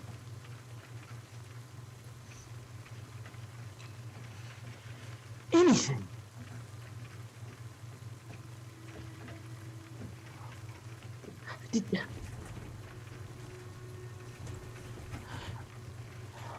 And he's just almost speechless, and he...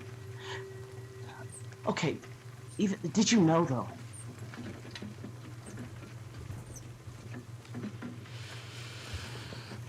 Because if you knew, I mean...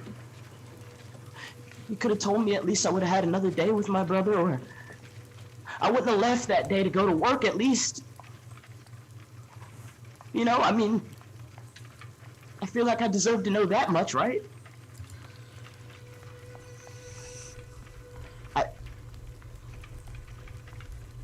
He's not just looking at Urimir at this point. He's like, he's trying to search for anybody. No one knew it would be everyone, Luden. We didn't know how many people were infected. There was no way to know. When we came back from... Did you try? We tried everything. Are you kidding? You tried to find out who was infected and who wasn't? This was the only way to kill the mother? I mean, like, I get it. I mean, I'm trying to get it.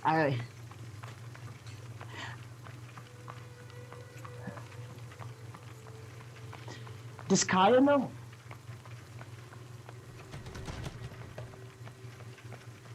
Yes.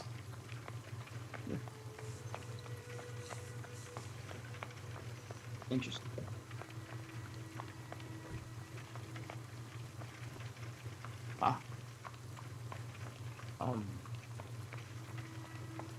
Luden, every day people were getting infected. More and more. And I stopped the cart. Even though the music keeps going. I stopped the cart. As soon as he stops the cart, Luden's gonna go ahead and get off the cart. Sure. And start just pacing. Every day that went by, more and more people were infected. Every single day. Kaya and Revenir, with the aid of the rest of the council, chose us to do this. No one knew the scope of it, but every hour that went by, another soul was lost.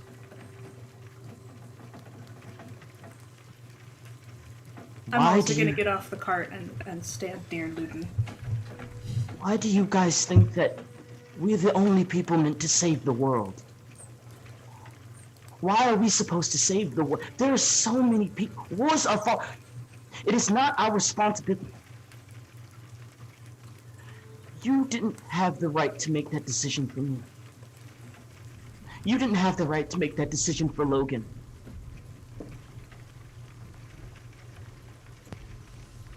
You didn't. And I can't say that you necessarily completely murdered someone, but you didn't have the right.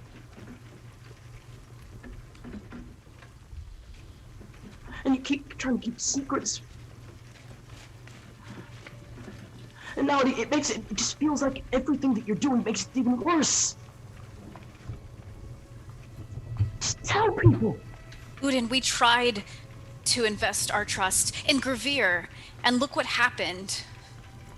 Look what happened. From where I stand, there were 3 organizations. You had Gravir, you had the Sparrowhawks, and you had the Sons of Buklier. Sure, the first one didn't work, and I'm so sorry that you all got hurt, but so did me.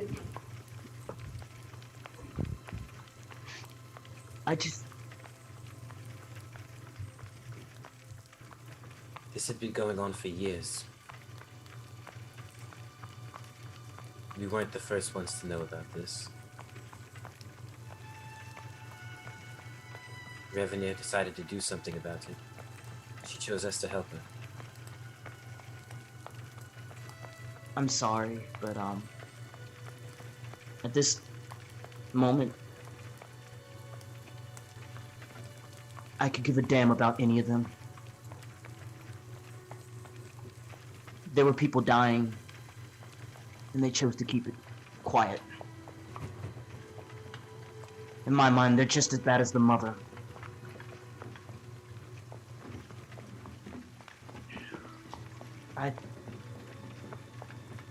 Look, I don't feel like talking to any of you anymore for a while. Let me just...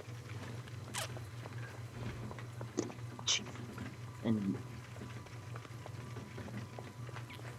he, like, If you don't mind, I'll just walk behind the Bardo for a little bit. And he just goes and walks behind the Bardo. Even though it's stopped, he's not even looking at any of you. I'm going to join Luden. As he sits down, though, he's at this moment. He didn't let any of you see it, but he breaks down hard, very, very hard. It's a very silent cry, but like it's a mix of anger and regret on his part. Like he feels like if he would have known, he should have known somehow. He tries to play back all the moments that he was with Logan to see, like, at what point he could have been infected and how he could have gotten infected. He looks and thinks to his mind, like, where were these freaking larvae every time that he went out on patrol with his brother? And he is racking his mind, and he is just angry at everything. And he feels helpless. I'm going to, when I come, join Luden behind the Bardo, and I keep a distance for a moment, and then move up to him, trying to be loud enough so that he can tell me to piss off if that's what he needs to do, and just very slowly in stages, so at any point he could pull back or say no or tell me that he needs time to himself. I'm going to touch his shoulder, sit shoulder to shoulder, and then just hold him. Not trying to share in his pain or say that I know how he's feeling, but just let him know that he's not alone right now, and he should not be alone right now. And that at least I can be a physical presence for him if he wants that. He doesn't say anything, he just cries. I just hold him.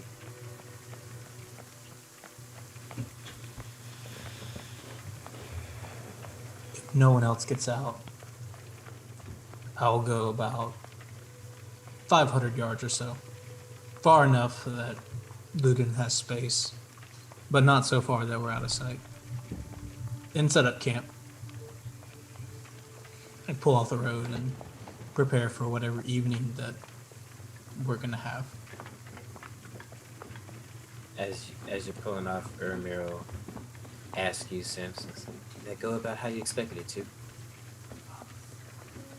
can tell he's upset. Better, actually. I know it's bad. He's gonna leave. Uri. The man's heart was infected.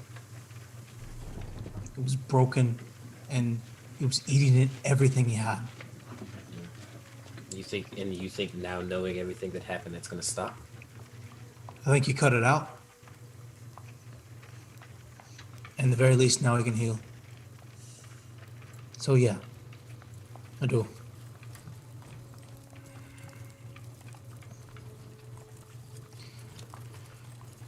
He didn't have hope before. Now he can. Hope, is that what we gave him? You'll see. I don't think that was fair, Samson. What do you mean? It was supposed to be Urimir's decision, Urimir's choice to tell him. And you kind of backed him into a corner.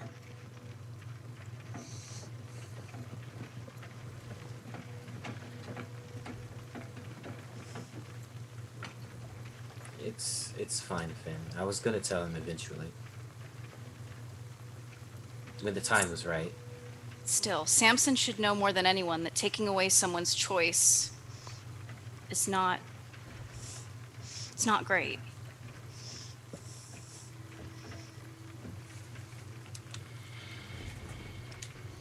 You're not wrong.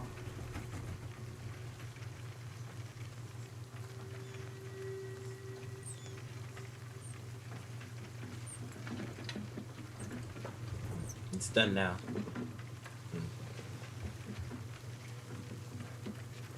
To be honest, The reaction was better than what I expected too. At least he didn't try to kill me.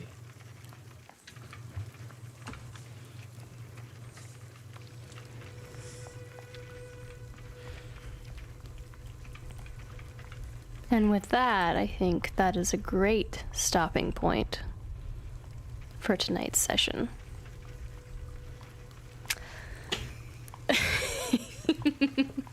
Well done, everyone. Everyone's miserable. Yay! Let me thank all of our new followers this evening. In the Aim sadness, for the misery. in the sadness we all feel right now. I have to scroll down a little bit. Let's see. Thank you, Even Tanner, for the $3 Patreon pledge. Heloidy for the resub. Exiled Gath for the follow. The End Games for the follow. Crucian Gyal for the gifted sub to the End Games. Exiled Gath for the Prime sub. Walt Horzipa for the follow as well. And then, of course, our friends that we love so much at Lawful Stupid RPG who raid us so very often. We love them to death. Thank them for the raid as well of 18. Latsky in the crowd with 5 bits. Pucent Pike for the follow. Astral Hellhound for the follow. Cat Kestner for the follow. Or Cat Kestner 3 for the follow, I'm sorry. Mick Bluff for the gifted sub to Astral Hellhound, and also, of course, they also won tonight's giveaway. Crucial Gyal for the bit.